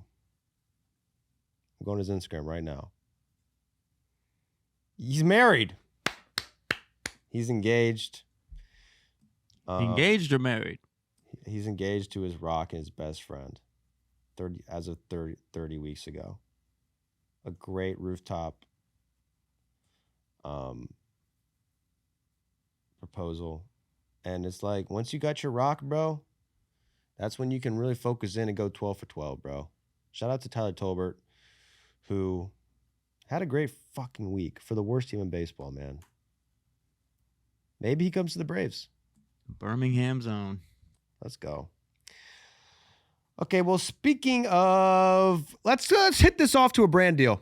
Wait, before we get to that, this is what's going to happen. We're going to talk about Dalton rushing. He has a big fight. Before that, we're going to go to the brand deal. Be right back. This podcast is coming to you live. Brought to you by Gusto. We love Gusto over here. Gusto, when you run a small business, you don't just do the job. You're also the hiring manager, the payroll department, the benefits team. Usually all before lunch, you got to do this bullshit. And Gusto takes those things off your plate quickly and seamlessly. To be honest, there's probably one task on your list you constantly push off the next week because it's just so tedious. For a lot of business owners, that's payroll. Gusto is here to take that completely off your plate. I use Gusto to do my payroll, and boy, is it a help. I don't know what I would do without them. Imagine doing my own payroll. That would be lame. That's what we got Gusto. So it becomes easy part of your job instead of the dreaded one. You didn't start your business dreaming about payroll and tax deadlines, guys. That's not what we're here for. But they are here. And if you don't do them, you're screwed. Every quarter, you got to do them. They're on your desk. You got to do them. Gusto handles that part quietly in the background so you can stop dreading the calendar. Gusto is an online payroll and benefits software built for small businesses. It's an all-in-one, remote-friendly, and incredibly easy to use, so you can pay, hire, onboard, and support your team from anywhere. Automatic payroll, tax filing, simple direct deposits, health benefits, commuter benefits, workers' comp, 401k, you name it. Gusto makes it simple and has options for nearly every budget. Unlimited payroll runs for one monthly price. No hidden fees, no surprises. It's the place to go, baby. Save time with built-in automated tools, offer letters, onboarding docs, direct deposit, and more. Get direct access to certified HR experts to help support you through your tough HR situation. Like that time that Jack kicked Mitchell in the back of his leg as a joke, and Mitchell got really sensitive. And we didn't get on camera, but Mitchell kind of pouted a little bit. It changed the dynamic of the podcast forever. Yeah, so we had to call up Gusto HR department. It's why we don't sit next to each other anymore. We had to get a new studio. That's HR made us do separate tables. Yeah, and it all worked out for the best. We did have to reprimand Jack because that was pretty fucked up that he suspended for 6 months, man. They took my finger. That's what you got to do. Eye for eye, tooth for tooth. And we had to take 6 months off the podcast because of Gusto HR experts. It's quick and simple to switch to Gusto. Just transfer your existing data to get up and running fast. Plus, don't pay a cent until you run your first payroll. Gusto is ranked #1 on G2's highest satisfaction products list for 2026 and trusted by over 500,000 small businesses, including Baseball Doesn't Exist / Podcast Doesn't Exist Enterprises, LLC. So try Gusto today at gusto.com/PDE and get 3 months for free when you run your first payroll. That is 3 months for free of free payroll at gusto.com/PDE. One more time, guys. Gusto.com/PDE. Okay, so you thought the Dalton Rushing beef was dead, but Dalton Rushing, he's bringing the beefs back from the dead. Dalton Rushing, you can't kill him, bro. They want to kill Dalton Rushing. They hate Dalton Rushing, the most hated player in baseball. They want this guy to go away. He won't go away. So he gets in another little beef with the Rockies. And if you don't recall, I'll remind you, earlier in the year, the Dodgers blew a game against the Rockies, and Rushing said afterwards that some of their swings were, quote, fishy, and that the Rockies had been stealing signs, allegedly. The next day, the Rockies beat the Dodgers again, mocked Rushing by doing fishing celebrations at second base. So these two teams have a history, mostly Rushing. I don't think the Dodgers really have a problem with the Rockies. I think the Rockies probably just have a problem with Rushing based on that. So on Tuesday, they play again. They're tying the 10th. Rockies have the winning run on third. There's a play at the plate. The throw is not in time. Cole Carrig scores. Carrig is safe, but Rushing goes back and tags him just in case. So Carrig was mad at the umpire, apparently, because he slid and got tangled up with Rushing and the umpire. If you look closely at this, he bumps into the umpire at home plate. So this umpire is standing like close as fuck, kind of in his way. Carrig didn't like this, so he says something about it. Rushing thinks he's saying something to him, and Rushing says, don't fucking say that, bro. Because he's giving Rushing a fucking hard time, and Rushing has put up enough this year. Everyone's giving him a hard time. You think you're going to bully me? So Rushing pops off at him, and Carrig pops off back. He has a problem with Rushing because Rushing has something to say with him. He says, I wasn't even talking to you, bro. And the bench is clear, and there is no violence. So a little bit of a misunderstanding here between the Rockies and the Dodgers. The Rockies do beat the Dodgers in this game, so shout out to the Rock Show, who are always taking at least one game for the Dodgers, it seems like. I think this is the game he walked it off, actually. Carrig walks it off? No, that was Rushing. The game. No. I don't think Dalton Rushing had a walk-off this week. July 7. Let's go! Did he hit a walk-off in this game? I'm pretty sure it's the same game. Bro, this is a different game. July 7. Or July 6, July 7 our time, 1 a.m. And then he walked it off. He walks it off. At 1:34. Dude. So Dalton Rushing got into a beef and then hit a walk-off. The plot thickens, dude. I missed this point. I knew that Rushing had a great week. So Rushing in this game goes 3 for 5. And in the 11th comes up and hits a walk-off single. to fuck the Rockies over after they give him fucking shit at home plate. So shout out to Dalton Rushing, who will not go away. What is this guy's stats since the Shohei debacle? Because I feel like he's been insane. It was after the Minnesota series. So 286 average, 354 on base, 500 slugging. Better than it was, but like not what he was doing in April. 500 slug, bro. He's on fire. 854 OPS, 500 slugging since the Shohei debacle. He has gone the last 4 games without a hit, so that does bring it down quite a bit. Either way, you can't kill Rushing. Rushing's a beast. And you can't kill the Dodgers, who, surprise, having another great week. They beat the Rockies 2 out of 3. And then, I missed this. I guess the Dodgers were out of the news this weekend. I just assumed the Dodgers had a great series. They did not. They got swept by the Diamondbacks. Holy moly. Give up 24 runs against the Diamondbacks. And Shohei is scratched, as we predicted or called for. Does not surprise me that Shohei does miss his last start before the All-Star break. They say that he will miss the All-Star game to get his knee checked out, so he's going to get some treatment on that knee, which is, I think, a great decision. It's weird that they're letting him hit, but he said he doesn't really feel the pain when he's hitting. So he had 2 leadoff homers? 2, right? 2 in a row. At least 2 home runs. I don't know if they were both leadoff. Yeah, he hits a leadoff homer on Friday, hits the leadoff homer on Sunday. It's kind of crazy that the Dodgers didn't win any of these games against the Diamondbacks. Yeah, Shohei did have a great week at the plate. Which doesn't surprise you. Like, he gets to take a little time off pitching and immediately just turns into the best hitter in the league. But yeah, I guess he was supposed to start on the mound on Friday. That kind of screws over the Dodgers pitching. They have a bullpen game, allowed 9 runs. Yamamoto had a really bad start, allowed 6 runs. He gave up a homer to James McCann, who came into that game without a homer on the season. McCann ended up hitting 2 homers that game, which is rough for the Dodgers pitching. And yeah, you put on the Yoshinobu song, bro. Yeah, they were Just the a last little team in MLB background. to get swept.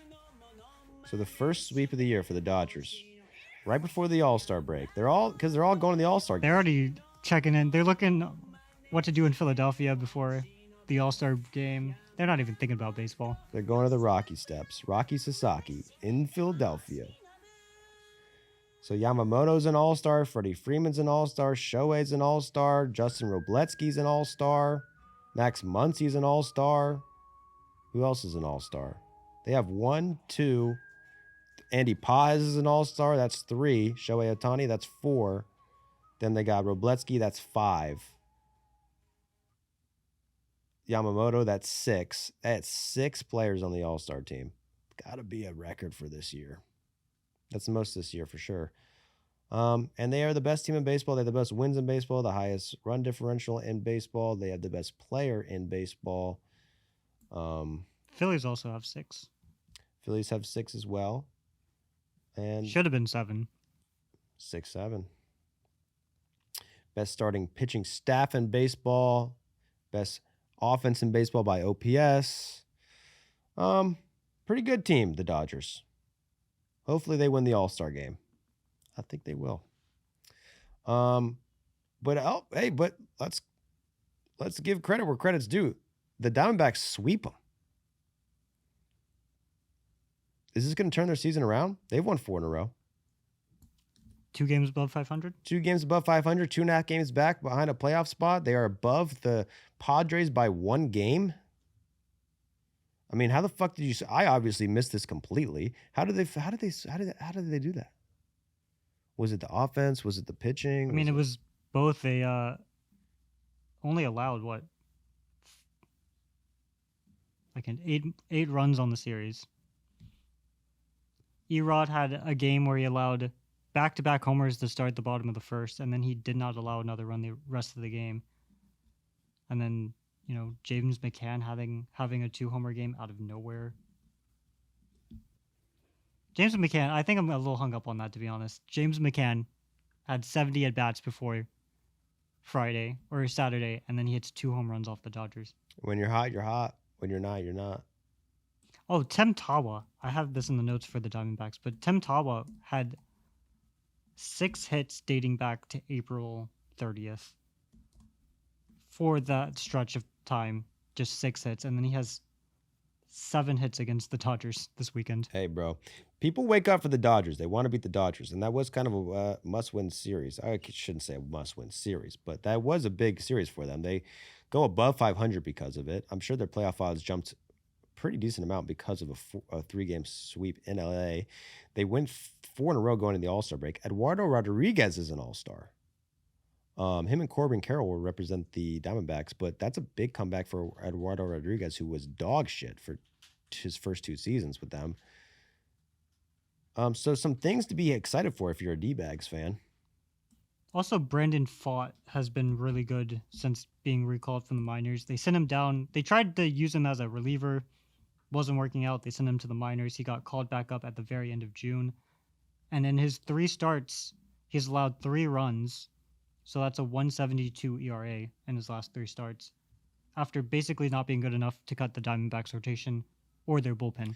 Yeah, they need rotation help, bro. I mean, Soroka's on the IL, right? Didn't Soroka make the All-Star team? Am I tripping? You're tripping. I'm not tripping. I'm not tripping. Soroka's an All-Star. Maybe in 2019. And in 2026. Damn, Soroka got snubbed. I was wrong. Soroka got snubbed. Didn't make the All-Star team. I don't know why I thought that. Like Mike Soroka. You might have had like a very vivid dream that Mike Soroka made the All-Star. He's currently injured on the 15-day IL. So I know he wasn't going to pitch in it, but I mean, come on, bro. He's got a 3.07 ERA. 82 innings. Doesn't even qualify, but you could make him an All-Star. Fuck it. 2.93 whip. And he's a comeback story. Guy tore his Achilles twice. Come on, man. But yeah, the Diamondbacks. If they could get some pitchers healthy, they'd be good. I mean, Merrill Kelly's healthy, but he has a 5.38 ERA. Zach Gallen they're probably, injured. yeah, they're happy he's not healthy. Stop and chill. Negative 1.5 WAR. Eduardo Rodriguez. I continue to struggle pronouncing this name, but carried the pitching staff this year. Got to respect it. You got to respect the Dodgers sweep, and you got to respect the Padres, or do you not respect them? They went over 500 this week, on the week. I guess that's a respect. They faced Trey Savage. Took 7 walks against Savage in the first 2 innings of the game.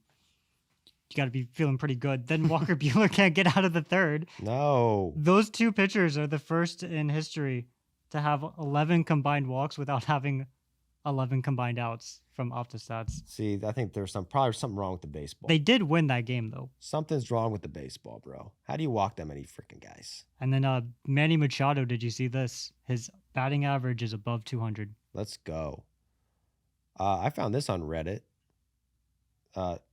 Manny Machado has the worst single-season BABIP since Jim Canavan. 1892. The worst BABIP since 1892.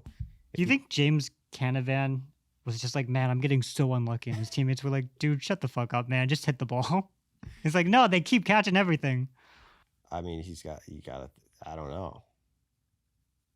I think they were probably keeping track of BABIP back then. How did they fucking even know that his BABIP is? I guess you can tell. You can retroactively. Yeah, you can do that retroactively. You're right. Yep. So yeah, Jim Canavan. You had a way better season than the statistics say in 1892. Unfortunately, you and Manny Machado are in the same boat right now, underperforming. But yeah, Machado's back up to over 200. He's hitting a lot of home runs, 19 home runs. Unlike Tatis. Hey, Tatis has the same amount of homers as Vladdy. Damn. Oh, no, Vladdy hit 1 this weekend, so Vladdy passed him. Who's your daddy, Vladdy? Yeah, the Padres, man. They can't freaking hit for shit, dude. Disappointing. They're not disappointing to the degree that we can talk about them having like a catastrophically bad season, but they're just overall disappointing. Yeah, they have basically no standout players other than Mason Miller. I mean, I think they still have one of the best bullpens in the league, but when you can't hit and you can't have, you're 30th in runs. So they have the worst offense in baseball. And not only the worst run, they have the worst average in baseball, worst on base percentage in baseball, worst OPS in baseball, and the least amount of runs scored in baseball. I just double checked halfway through that I was on the right team. The Padres. With Machado, Bogarts, Tatis, the Crone Zone. You're going to have the worst offense in baseball and the 27th worst pitching staff, starting pitching staff. Like, it's actually insane that they are 500 right now. They could be a lot worse than that. I bet their expected wins losses is a lot worse than that. How are you the worst offense in the league and the 27th worst starting staff in the league? MLB has their expected win losses at 43 wins and 53 losses. So they've been lucky by 5 games. Oh, Lord. Holy sheets! If it wasn't for Gavin Sheets with those walk-offs back in May, we could be talking about a whole different setup. I mean, we still might be talking in 2 weeks about whether Mason Miller was traded or not. You think that's possible? I mean, yeah, it's a little different in the NL. I mean, the AL, they would be in a playoff spot right now at 500, but right now they're 3.5 games back of a playoff spot. It would be interesting to see. Then you got the Rockies over there in the West, who had a great week. They beat the Dodgers again in a game, and they had a great week. They won 2 games. They won 2 games, bro. Who else did they beat? They won 1 game against the Giants. Okay. In a 4-game series. So the Giants beat the Rockies. The Giants had a great week. And also a bad week. Okay. So Logan Webb, who had a great month of June, he was the MLB National League Pitcher of the Month, has started 2 games in July, and he has been terrible. He allowed 7 runs against the Rockies in his first start of the month, and then facing the Blue Jays, he allows 5 runs. He ends up going 7 innings, which is really impressive because 5 runs, all 5 came in the first inning. But that's a 10.80 ERA after allowing just 3 runs in the entire month of June over 38 innings. After the game, he goes online and he loses. Don't do that. At a KNBR employee who had criticized Logan Webb in like a post-game recap. He said, Logan Webb had an awesome June. He was bad in April. He missed most of May. I've said over the years that he's been a great Giant. Like, I've really appreciated his Giants tenure, but there's always been something lacking. So Logan Webb goes online and he tweets at the dude calling him embarrassing. Honestly, you probably don't know anything about anything, some loser on the couch that couldn't make his little league team. And then he gets into it with a few more fans and then he deletes his account at 10:30. Sometimes you gotta say 0 dark 30, you know? Call someone a pussy online, then delete the account. Delete your whole account. And then it's like it never happened. Also, everybody makes their little league team. No, well, not this. Well, not this guy. That's what he's such a. He didn't even make the little league team. Some guy called him a joke, or called the other guy a joke, and Logan Webb said, "I don't disagree with you." What was the? Oh, he called guy. him a joke. Called the KNBR. It's so funny to be like you're a joke. It's like, well, make a joke. I think that's annoying. But if you're such a joke, sometimes people you don't even have to make the joke. It's just your whole being. You're a joke. You're a fucking joke. Beginning, middle, and end. I do think Logan Webb did say after this that he was done with social media. I don't know if that was his decision or somebody else's. I think if you're a player for the San Francisco Giants this year, it's probably best to stay off social media. It's been a rough year for social media for the Giants. Well, then the day after that, fans started fighting in the stands. So the Giants players are not happy. The Giants fans are not happy.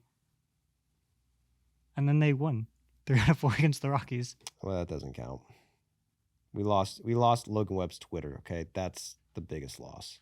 But I mean, the Giants have had a long list of bullshit stuff going on this year, especially on social media. Like, start off terrible. You have all the quotes from the manager. Then you have Devers drama. You got the Pride Night drama. Now you got dork-ass reporters. They're not even little leaguers. Ex-little leaguers. They wish. Couldn't even make it. You want to be little leaguer. This guy's a joke. Popping off on Twitter. Come on, man. You know me. Either way. Either way, I don't think they're going to make it this year. The San Francisco Giants. However, look at that offense. They're doing a lot better. Maybe they got worse. Maybe I'm just thinking about 3 weeks ago. I don't really have too many insights on the Giants, to be fair, to be honest with you. Other than that, I respect deleting the account. I think it's kind of sick to just fucking send some say fuck it. You gotta be really pissed to just say fuck it one day, especially if you're Logan Webb. Because if you delete your account, it's not like that solves anything. You know someone took a screenshot. Yeah, and someone did. His wife was probably like, "You have to delete the account. You're like, this is unhealthy." Well, She took his phone away, deleted it for him. that's the good thing is that most wives are off Twitter. And it's really kind of a site for guys these days. Twitter? I feel like Twitter's a site for guys these days. That's crazy. I don't feel like girls. That's are just straight up chicks incorrect. aren't. I don't think you just don't have women that close to you right now to know that. That's true. Yeah. That's definitely true. It's a whole another end of Twitter. I don't really use Twitter. I did make a Twitter, and the only person I follow is like Mitch, I think. I don't know. It's X. I feel like X is for guys. Well, the branding certainly is. I feel like maybe I'm off on this. I do think you're in a sphere that is male dominated. Oh, I'm around. I'm guys only. You're in the Vegas sphere, baby. I think if you because my fiance's on Twitter like 80% of the time. I feel like because you married a dude, bro. Bro, dude, expose yourself, bro. Yeah. X is for dudes. I'm sticking by that statement, and no one can prove me wrong. But you're not even on X like that. I made one like super recently to interact with Mitch mostly. And he hasn't even done that. Yeah, you didn't even fucking follow me back. Did you follow me back? See, you don't even know I followed you back I have no 3 months followers. ago. I don't have one follower. You have one follower. I Can do everyone have go one follow Jack so he can be a real man? I don't remember what my handle is. What's his handle? My Randall? Get his handle going. Okay, let's see it. What's your fiance's handle? I don't know. That's okay. I don't think we need it. We don't need to plug Matilda. I mean, you certainly don't. I see What this. were you gonna say, Mitch? We really got Mitch with that one. Yeah, dude. What is the handle? At respecting Mitch. This is a picture of Jack from sometime, somewhere. That's not. How do you know that's me? That's I don't probably. know. That's just a guy in a Marlins hat Who could that with the same possibly be? tattoos. I mean, I don't think your tattoos are even showing here, are they? Yeah, I guess they're not really. I mean, on the finger. How do you know this guy has a tattoo? I know that guy. Look at that. One follower. Me. Respecting Mitch. At respecting Mitch. Everybody, go ahead, give me a follow. If I get some interactions and stuff going, I'll get on there. I'll start doing shit. Why do I look bright red right now? Anyway, where were we? Follow Mitchell on Twitter and follow Jack on Twitter. And I feel like it is a site for guys. But if you guys think it's for chicks, then it's cool. But then I just don't know chicks, bro. Bro, we got chicks who follow the pod. Yeah, You know, right. show some love, dude. I love all the women who follow the podcast. I just don't think there's that many of them. I think our stats are like 95% men or boys. We're gonna change that. We're gonna start putting some pink shit around here. I mean, you've been watching on, watching man. the softball league. How's that going? Dude, man? my be like Blaze are that. sucking like the Braves. The They Blaze. can't score. They losing by 1 run. It's like watching a Braves game. So I'm like, gosh, should I even bother watching this too? Gosh, dude. And then they sent Alyssa Brito, who's the Blaze shortstop, to the All-Star game. I was like, that's pretty Alyssa cool. Burrito? Burrito. Burrito. Brito. Got it. And then she shows up wearing Phillies gear. I was like, Yo, I mean, obviously the game. as a Blaze player. Yeah, the game's in Philadelphia. I get it. So what is the softball like? Is Blaze a DC team? Blaze are based in Durham, North Carolina. Oh yeah. They have 6 teams around the country, but Carolina, the Blaze are the closest team to us geographically. We got. The next closest team is Chicago. Well, I saw that they just started a all girls baseball league, didn't they? Yeah. Yeah, I don't really know much about it. It'll take some time. And then you I wonder bet. why we have a small female audience. because the co-hosts don't give a fuck. I actually. What about the hosts? Yeah, me and Mitch, I feel like are very pro women. The Not host- that you're not. The host is busy doing other shit. Comedically, you're for the bros, and I respect that about you. You know. I'm for the. You know what I'm for? The NL Central.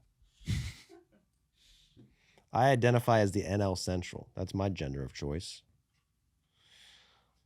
Your pronouns are NL Central. Oh, we're not doing pronoun stuff, are we? Is that what this episode has That's what come we to? just did, dude. That's what we just did. That's what the chicks like, dude. That's the shit they laugh at. Yeah, I'm sure they do. I identify as an attack helicopter. People are like, whoa. Fuck. I'm already gonna get comments from people being like, "Tell Jack's libtard ass to shut the hell up." Yeah, you're showing it, bro. Your empathy is showing. Be a man. Oh shit. Grow up and make an X account. Anyway, the Cubs. They sweep. Who'd they sweep? The Orioles. They swept the Orioles and then lost and then beat the Reds. The Cubs continue to be a streaky ass team. I think the Cubs have like the best record in baseball since a certain point. I forgot specifically, but don't look now. But yeah, since June, bro. Since June 23rd. They've only lost 5 games. Since the Dansby game, they've only lost 5 games? Damn. I believe so. Wait, I'm going to look it up. I mean, even going back to June 15, they won a series against the Rockies. They split 2 games against the Blue Jays. Swept the Mets. Won a series against the Brewers. Swept the Padres. Lost a series to the Cardinals. Won a series against the Orioles. Won a series against the Reds. No more 10-game winning streaks, though. No, and it's disappointing. It is disappointing, and it makes me wonder, do the Cubs really care? Do the Cubs really have what it takes to be the streakiest team in the world? I think we need one more streak of 10 games to decide that. We can get one. So they've gone from 35% playoff odds. It's actually insane that their playoff odds went down to 35% at one point during this year. Well, they lost 10 games in a row. Lost 10 games, but don't forget they won 10 games in a row twice. 3 10-game streaks. So on May 8th, they had an 88% chance to make the playoffs. 91% chance to make the playoff on May 9th. 3 weeks later, they went down to 35%. So we were thinking, damn, we're not going to make it. Now they're back up to 77. So they're almost back up to their peak where they were when they had the best record in baseball in the beginning of May, when they went on back-to-back 20 or 10-game winning streaks, basically. So don't look now, but the Cubbies are playing great baseball. Lots of that has to do with PCA, who has surpassed Shohei Ohtani in WAR, which blows my mind and seems like that shouldn't be the case, because I'm pretty sure he has a higher OPS than Pico Armstrong, right? Well, Otani's not playing elite defense in center field. I know, but I just feel like that's a little overvalued in the WAR stat. But what do I fucking know? Because I don't even know math well. So I shouldn't talk about things I don't understand. But I feel like a guy who has an OPS higher than you, While and also pitching. while also having one of the lowest ERAs in the league, probably should have a better WAR, but I guess not. So Pico Armstrong, best player in baseball, most valuable player in baseball. 6 WAR already. That according is to insane. Fangraphs. He's a great defender and a great hitter. I wouldn't say he's good at Shohei, though. But whatever. The thing about PCA that's surprised me is that he started to walk a lot. I think when he first made the majors, the big thing was he chases out of the zone too much to be super successful. He's going to be a good hitter. He's going to play elite defense. He's going to be a fast, great base runner. But because he chases bad pitches so much, and this is what happened last year, at the end of last year, he was chasing everything. He's never had a walk rate above 5.1%. This year, he ends the break with an 11.2 walk rate. Since June 17, he has a 22.1% walk rate, which is only 1% worse, or no, 0.2% worse than Juan Soto. No one else has a better walk rate than PCA. So he's walking a lot. When he's not walking, he's hitting the ball really hard. And then he's playing great defense, great base running. I can see the base running and the defense kind of putting him over the top over Ohtani. But yeah, I mean, he's not pitching. He's not pitching for shit, dude. And Ohtani is, and hitting better than him. So, whatever. Say Suzuki says he's gonna eat 3 bananas a day. I thought he was eating 100 bananas. Oh, 100 bananas a day? Isn't that what he said? No one has time to eat 100 Dude. bananas. I mean, I've seen him eat a banana. I know it's fast. You saw Say Suzuki eat a banana? Oh, wait, am I Pause. thinking of somebody else? Pause. Wait, wasn't there a highlight of how fast somebody ate a banana Garrett in the Cole. dugout? Garrett Cole. Oh, okay, never mind. Damn. Seiya Suzuki says, I'm going to eat about 100 bananas because monkey never cramps. So he had a cramp, left the game with a cramp against the Orioles. And only way to prevent a cramp is a banana. High potassium. We'll see if it works out for him. Seiya's been playing great. Cubs been playing great, man. Still behind the Brewers, though, who have been playing even better than the Brewers. However, Mizorowski, how concerned should we be about Mizorowski on 1 to 10? You never want to hear that a pitcher's arm is fatigued. I really am curious to see how the Brewers handle it out of the break, because he was supposed to start on Sunday. It was supposed to be Skeens versus J-Miz. He gets scratched, says his arm is a little tired. So by the time they come out of the break, he'll have had 10 days of rest, 11 days of rest. If he doesn't make that start, then I think we start being a little more concerned. Well, yeah, my thing is, like, I'm wondering if it's even real, or they just don't want him to pitch the All-Star game, or they just want him. He was extra already rest. out of the All-Star game. He was set to pitch Sunday. MLB has that rule that if you're starting on Sunday, you can't pitch in the All-Star game. He'd already been replaced prior to the scratch. Okay, yeah. So, but I mean, Mizorowski, young guy. They probably got him on like a pitching limit. They know they want him for the playoffs. Last year, he didn't even really make it to the playoffs.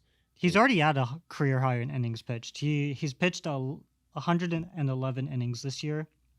His career high in innings pitched was 97, which was in 2024.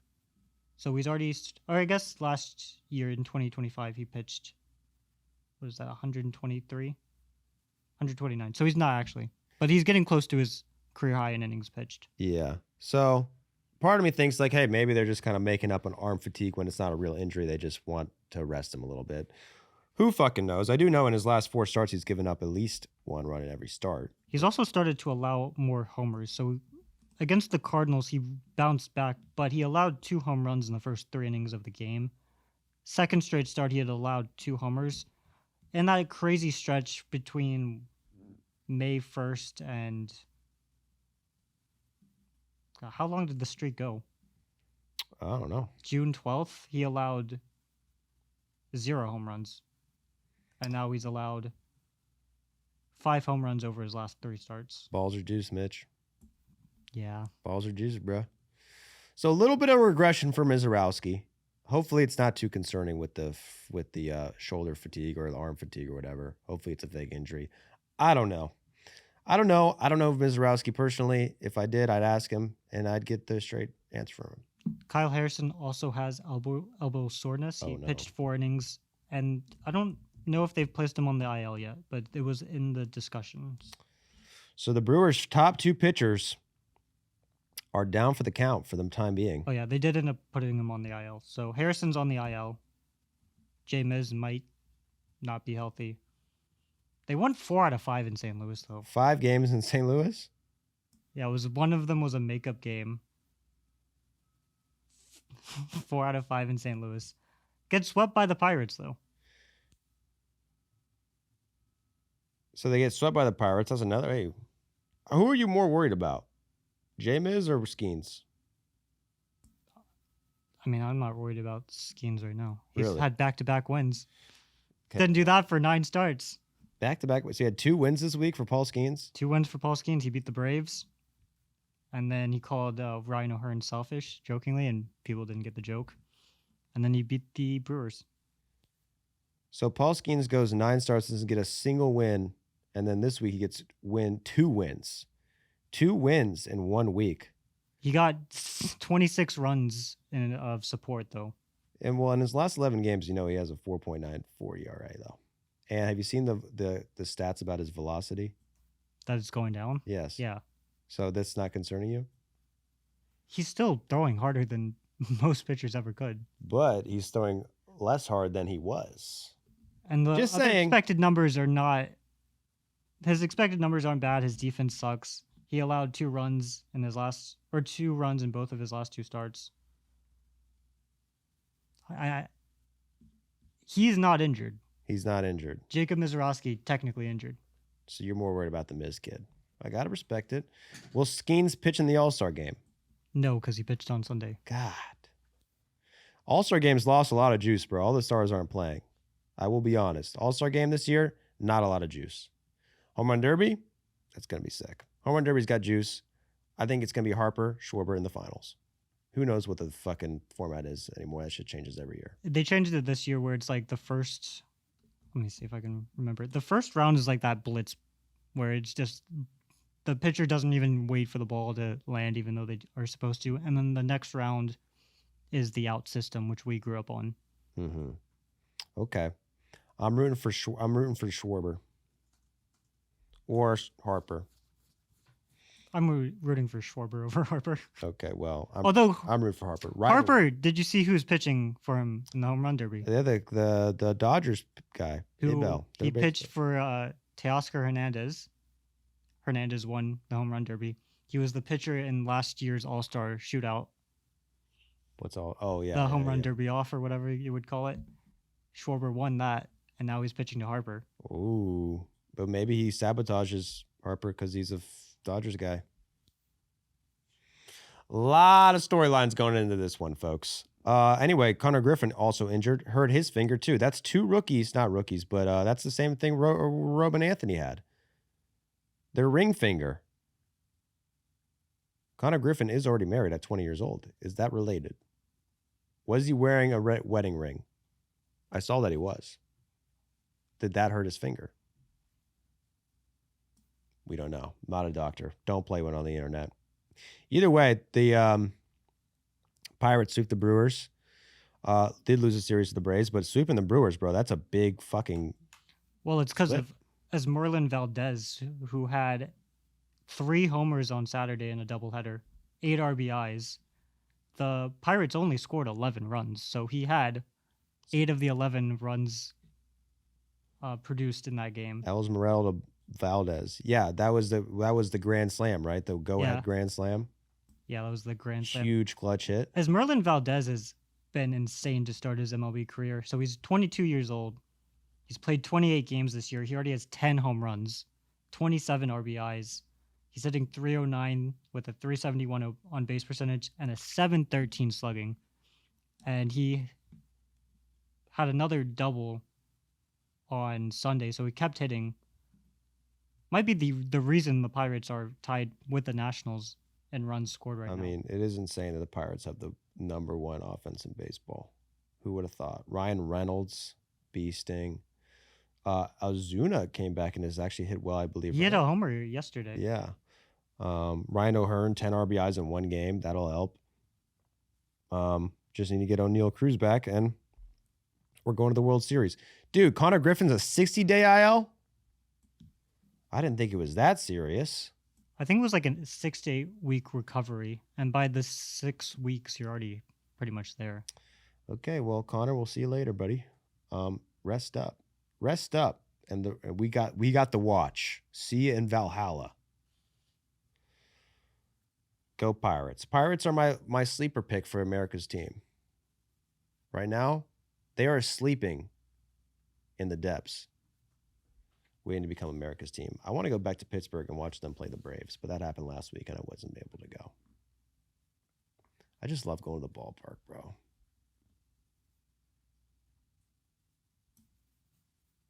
We should do a brand deal, right?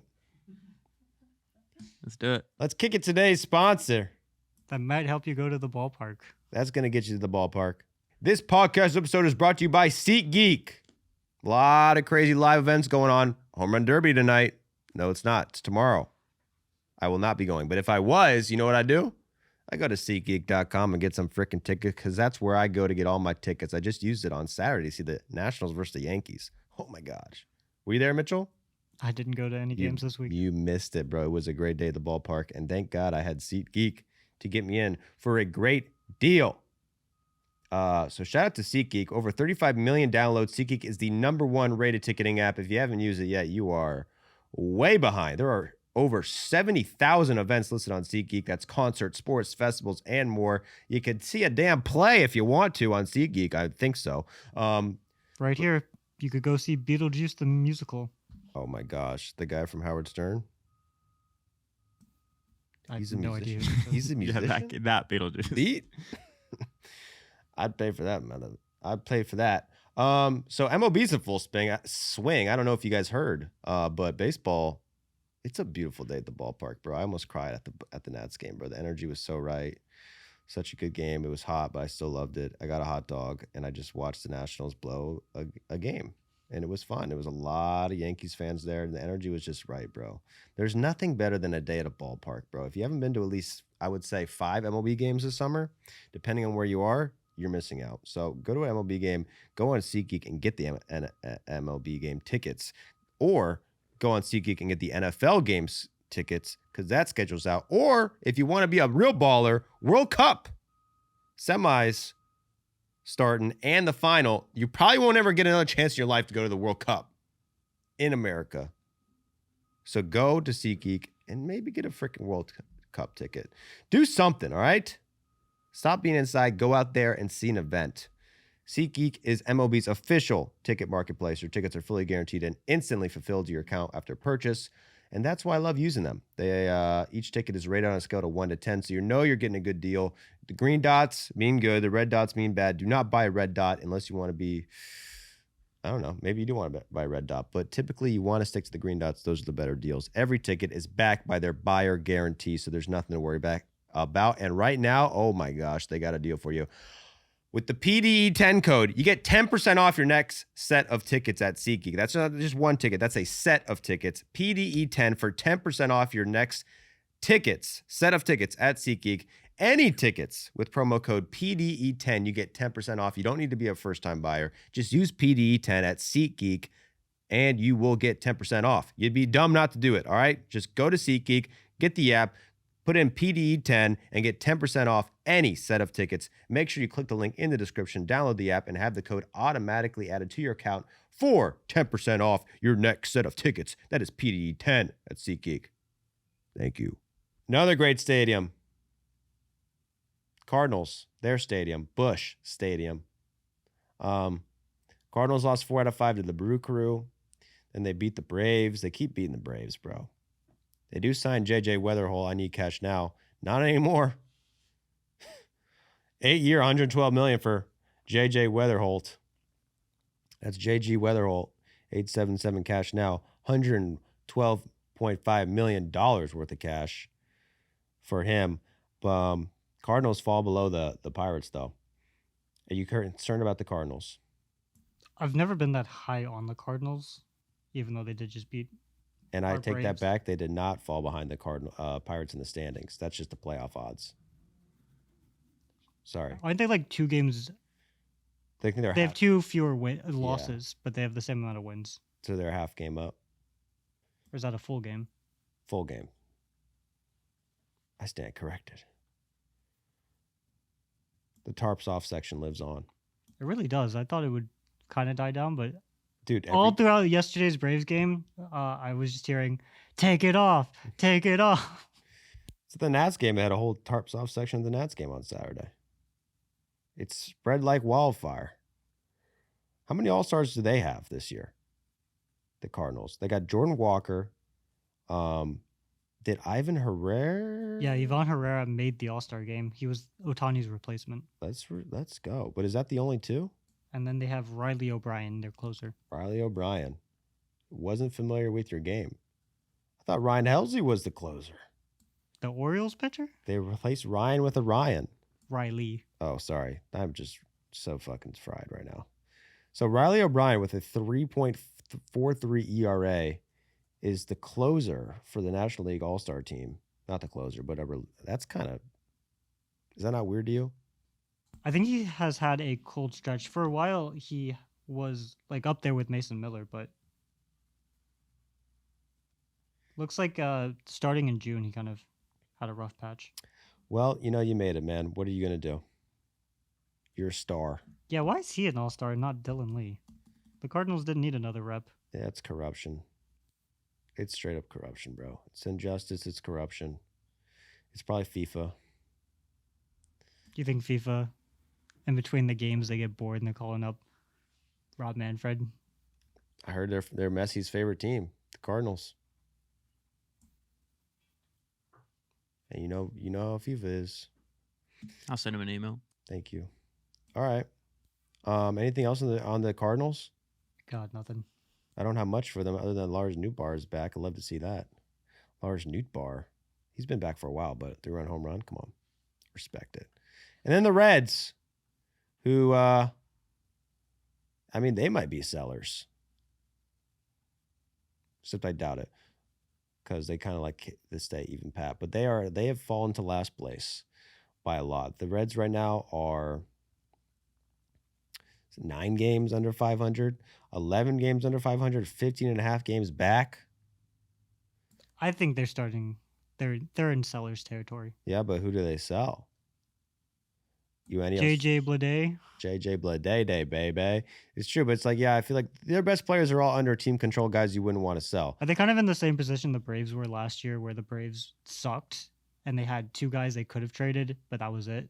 Like, the Braves last year didn't sell, even though they were clearly out of a playoff spot, because they wanted to hang on to Raisel Iglesias, and I don't think they found a good return for Marcell Ozuna. Yeah, this time last year, if they had a Eugenio Suarez, they'd be getting a big package for him, but not this year. Eugenio Suarez, since getting to the Reds, batting .208, 82 OPS plus. He has not panned out. Negative .7 WAR. That was a big free agent signing that didn't work. Dude, Key Brian Hayes, a negative WAR. TJ Friedel, a negative WAR. Noel V. Marte, a negative WAR. The position players have not carried the weight. And the pitching staff hasn't been amazing either. Chase Burns, Cy Young candidate. Andrew Abbott, I think, has been kind of hot and cold. And then they moved Rhett Lauder to the bullpen. Interesting. But Hunter Green had a great bounce back start. So he comes off the IL last week. He allowed 7 runs in 3 1/3 innings. And you're like, that's not a great look for a guy who was pretty much in Cy Young contention last year before going on the IL. Second game back, he faces off against the Cubs. 7 innings, 12 strikeouts, 3 hits, no runs. Not bad for second outing out. Hunter Green, that's something to get excited for if you're a Reds fan. Also, yeah, JJ Bleday, you could trade him, baby. JJ Bleday has had a great season. Breakout year for the day. All day, Bleday. But the Reds stay in last place. And let's move to the West. Who's in first place in the West? Let's take a guess. It's different every week.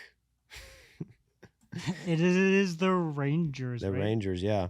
The Rangers, the Mariners. I was hyped on the Mariners last week. I thought the Mariners, they got hot. Their pitchers were pitching great. Their offense got hot, but they had to go to Florida. They went to Florida, bro, and they'll eat you up in Florida. Randy Arozarena didn't hustle for a ball. Not good. They are not in first place. Kyle Raleigh still sucks. Right? What do we got on the Mariners? Tell me something about the Mariners I don't know. So I don't know shit what they did this week. Yeah, Emerson Hancock got injured. He left after getting hit in the finger on a slowish comeback, but he tried to barehand it. They just not. You go to Florida, furthest away from home that you can get, and they lost 5 out of 6. Yeah, they got swept by the Marlins and lost 2 out of 3 for the Rays. So 2 tough teams to play, but fuck, bro. And then Randy Arozarena has this ball in left field that he doesn't hustle to at all. And I guess the excuse for him is that he got injured earlier in the game or got earlier later. Also, you got to add on the fact that he put on screen.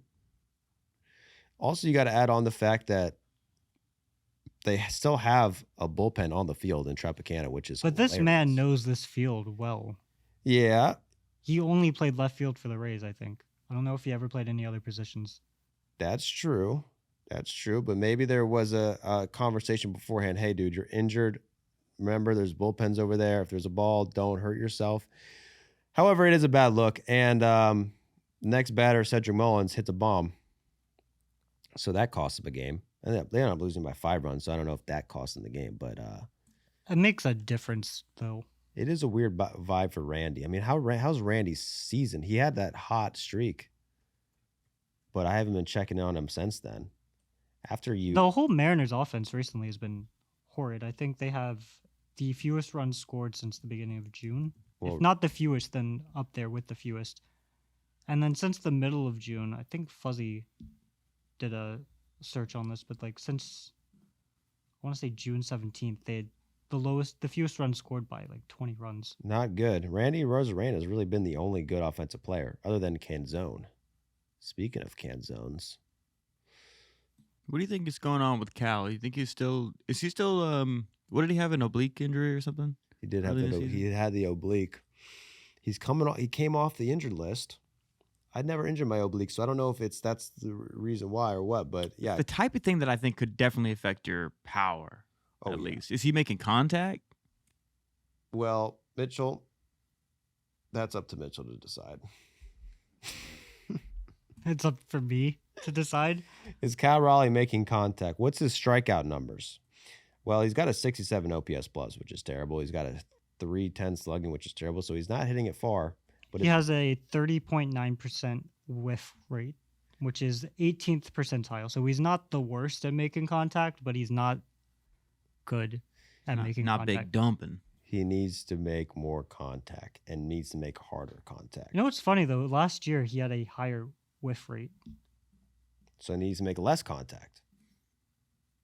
Well, I mean, when you're shooting for the stars, you're gonna whiff a couple.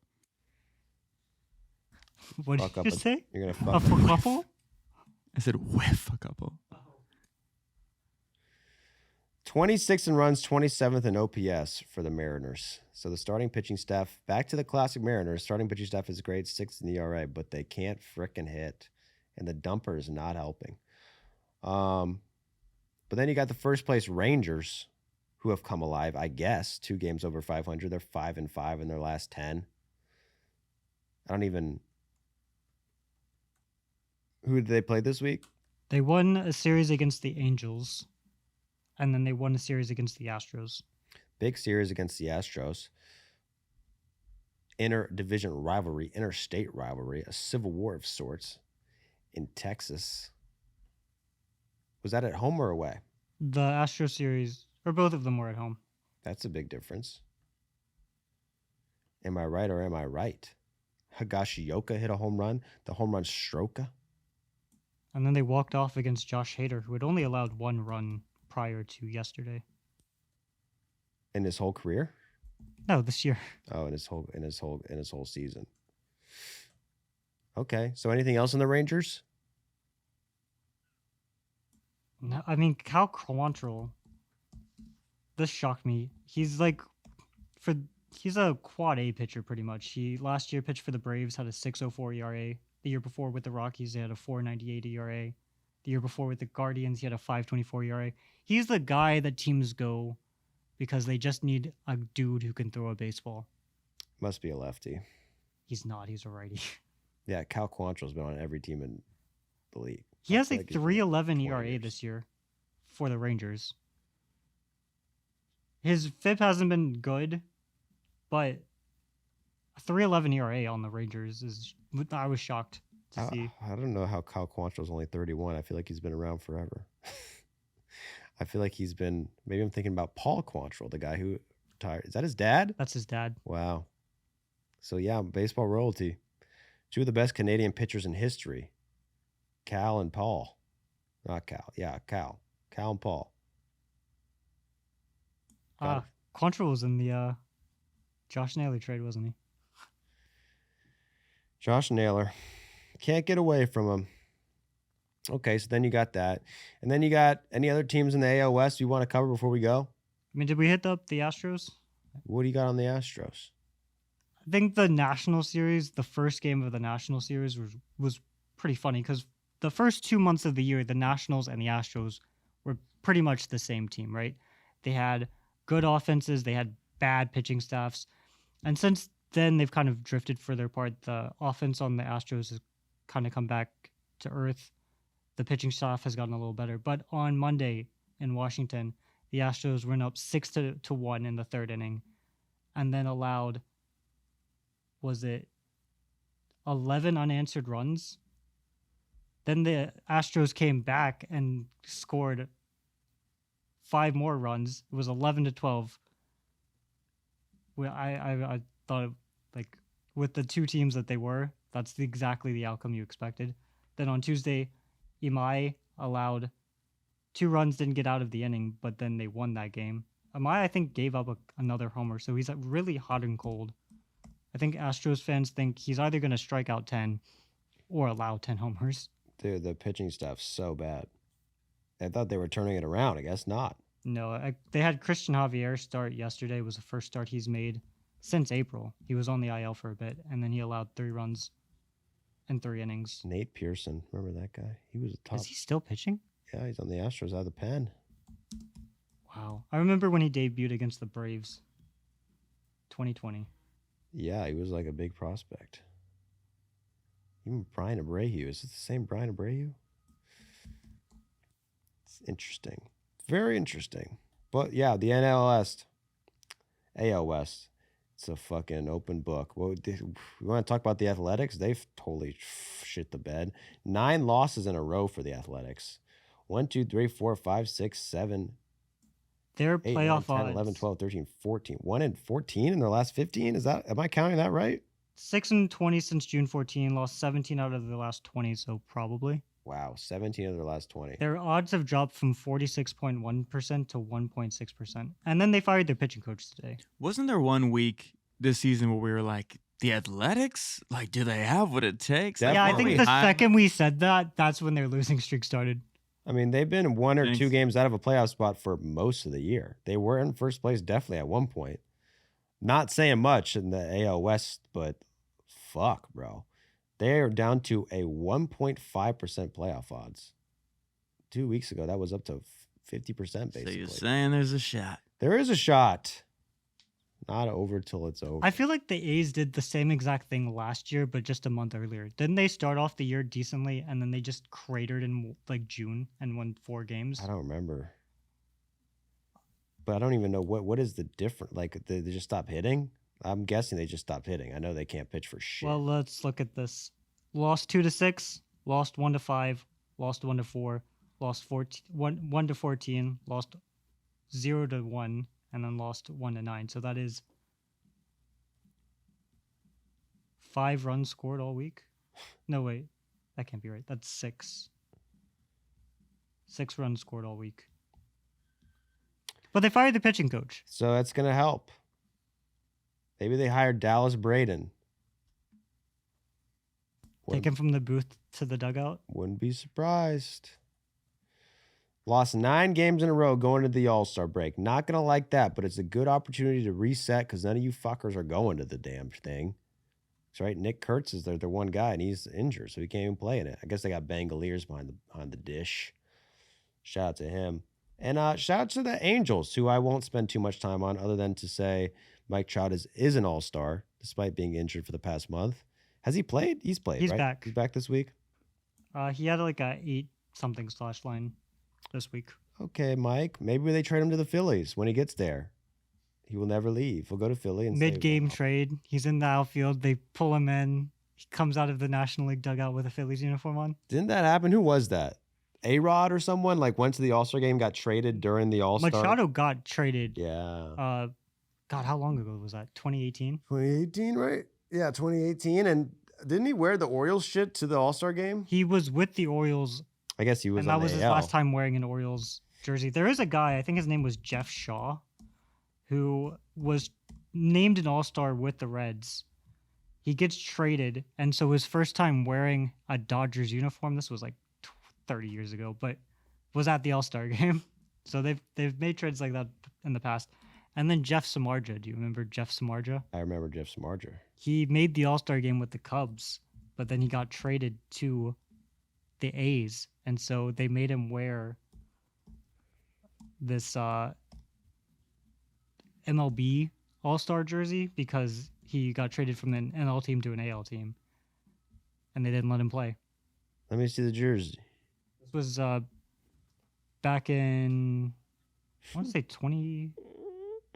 Wait, they didn't let him play because why? He was on. He was with the Cubs. He gets named to the All-Star game as a Cubs pitcher, but then before the All-Star game actually happens, he got traded to the A's. So when he goes to the All-Star game and gets announced, he has to wear this. Well, that's ridiculous how he wasn't able to play because he got traded to a different league. Well, that happened with Carlos Beltran too in 2004, but then they named him to the NL roster for whatever reason. Yeah, I feel like that wouldn't happen today. Back then, the leagues were a little, I don't know. I think AL and NL used to be a bigger thing. And they also had wouldn't it decide home field advantage during that time? Yeah, but that was because of the 2002 All-Star game. So I guess it was probably a little bit more serious. I don't know. Oh, because then you could rig the game theoretically. So if I'm going to play for the National League, even though I'm on an AL team, I could lose on purpose. So my team, you get home field advantage. So I get the logic. I don't think Carlos Beltran in 2004 was going, I'm going to rig it for the American League. You never know, Mitch. You're just keeping an honest man honest at that point. He's cheated in the past, didn't he? Well, that was in the future. Well, okay, but it's the past now. So I'm saying they could tell he was already a cheater. Once a cheater, always a cheater. But he might have not have been a cheater yet. He was a cheater later. What the fuck are we talking about? Carlos Beltran in 2004 made the All-Star game. We're thinking that was maybe in the he past. cheated. Well, now we're in the future. Well, then in 2017 he cheated. He started rigging the trash cans. That's how you explain that? Rigging the trash cans? Banging the trash cans. Bang, bang, bang. Okay. Well, that's all we got for baseball. Now we're going to go into the World Cup segment. How are you doing? For the World Cup? Yeah. How are you feeling? Last week you made some pretty big claims and they were roasting you in the comments. Oh, for the U.S. losing? Dude, Belgium's fire, bro. You can't beat their best team. And they did lose, but it's all right. It's basically coming home, bro. The comment with the most likes is hereafter Belgium gave Team USA the belt. It has 93 likes. Well, that's not that many likes, is it? That's not even that many likes. I got way more likes. On the podcast episode itself, how many likes did it get? Could you imagine if it got ratioed? Yeah, way more. Anyway, USA lost, but it's not a big deal because... Now who are you rooting for? I'm rooting for England. I think it's coming home, bro. What was that look? You don't want the English to win? No, I mean, I guess I don't know. When I was watching the last game, I was like, was it England, Norway? I felt like I kind of wanted Norway to win because, I don't know, Haaland is fun. He's a fun character to watch and stuff. It's coming home, mate. Everybody loves him. But have you heard them sing Wonderwall? Yes. But he's a prick, dude. Haaland's a prick. They literally lost the game because he fucking shoved the guy. What? Yeah, he fouled a guy in the I don't know any of the terminology for this sport. And that was the penalty kick. They didn't score on the penalty kick. It was more like they were up 2-1 in regular time. That goal got taken back because of the penalty, and then they won in extra time. Well, he didn't even play in extra time, which blows my mind. That's why I don't really understand soccer. I'm like, why is the best player not fucking playing in overtime? And they're like, the thing that pisses me off that no one I know who watches soccer seems to care about is when they just add on extra time. I get the extra time. I get why it's added on. But it feels so arbitrary. You're in the 89th minute, you've got a 1-0 lead or 1-0 lead, and then they're +9. And you're like, what? Right. And in the USA game, everybody was like, all right, we're going to get at least 8 minutes. And then it's +4. I do think it is based I feel like I'd be robbed. But they're not doing math to figure that number out, I don't think. Are they I'm pretty not? sure. I think it's literally well, they did this, water break, whatever. And then they're 4.5 minutes. Literally no one I've ever brought this up to has cared. And I went to an international school for high school. A lot of my housemates in college are big soccer fans. I brought them up to everyone I've ever met on soccer, and they're like, yeah, that's just how it is. I'm like, this would not. This doesn't piss you off when your team loses. We've talked about this in the past. It's because the game is so old that a lot of the rules are based on things that would now be considered not quite official enough. And I think that that's part of the spirit of It the game. feels So I like don't have an issue with if it. in baseball, if a team goes into the ninth inning and they are winning, and then suddenly they get the last out in the ninth, and then the umpires go, one more inning. That's what it feels like to me. You know what? Let's do another inning. Right? And the U.S. got fucked, bro. They had like 9 minutes of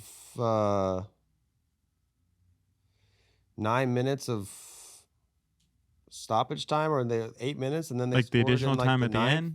end? They scored like in the minute after extra time was over against some team. It's well, yeah. Calling it extra time is too. That's what they refer to as overtime. Okay, I so it's meant called to say something. It's so added time. Either way, dude, soccer sucks. USA lost, so shit's weird anyway. It was fun until once the big dog's out, no one cares anymore. But so probably gonna root for England now. But we'll see. We got a new Baseball Doesn't Exist video that everybody's been claiming for. And then Jack and I decided to match. Wow. oh yeah, we did. Joey didn't want to join us. Didn't get the memo. Like you can't even tell us apart. Okay, y'all. Anything else before we roll? I'm good. Yeah. All right. See you next week, y'all. Red Sox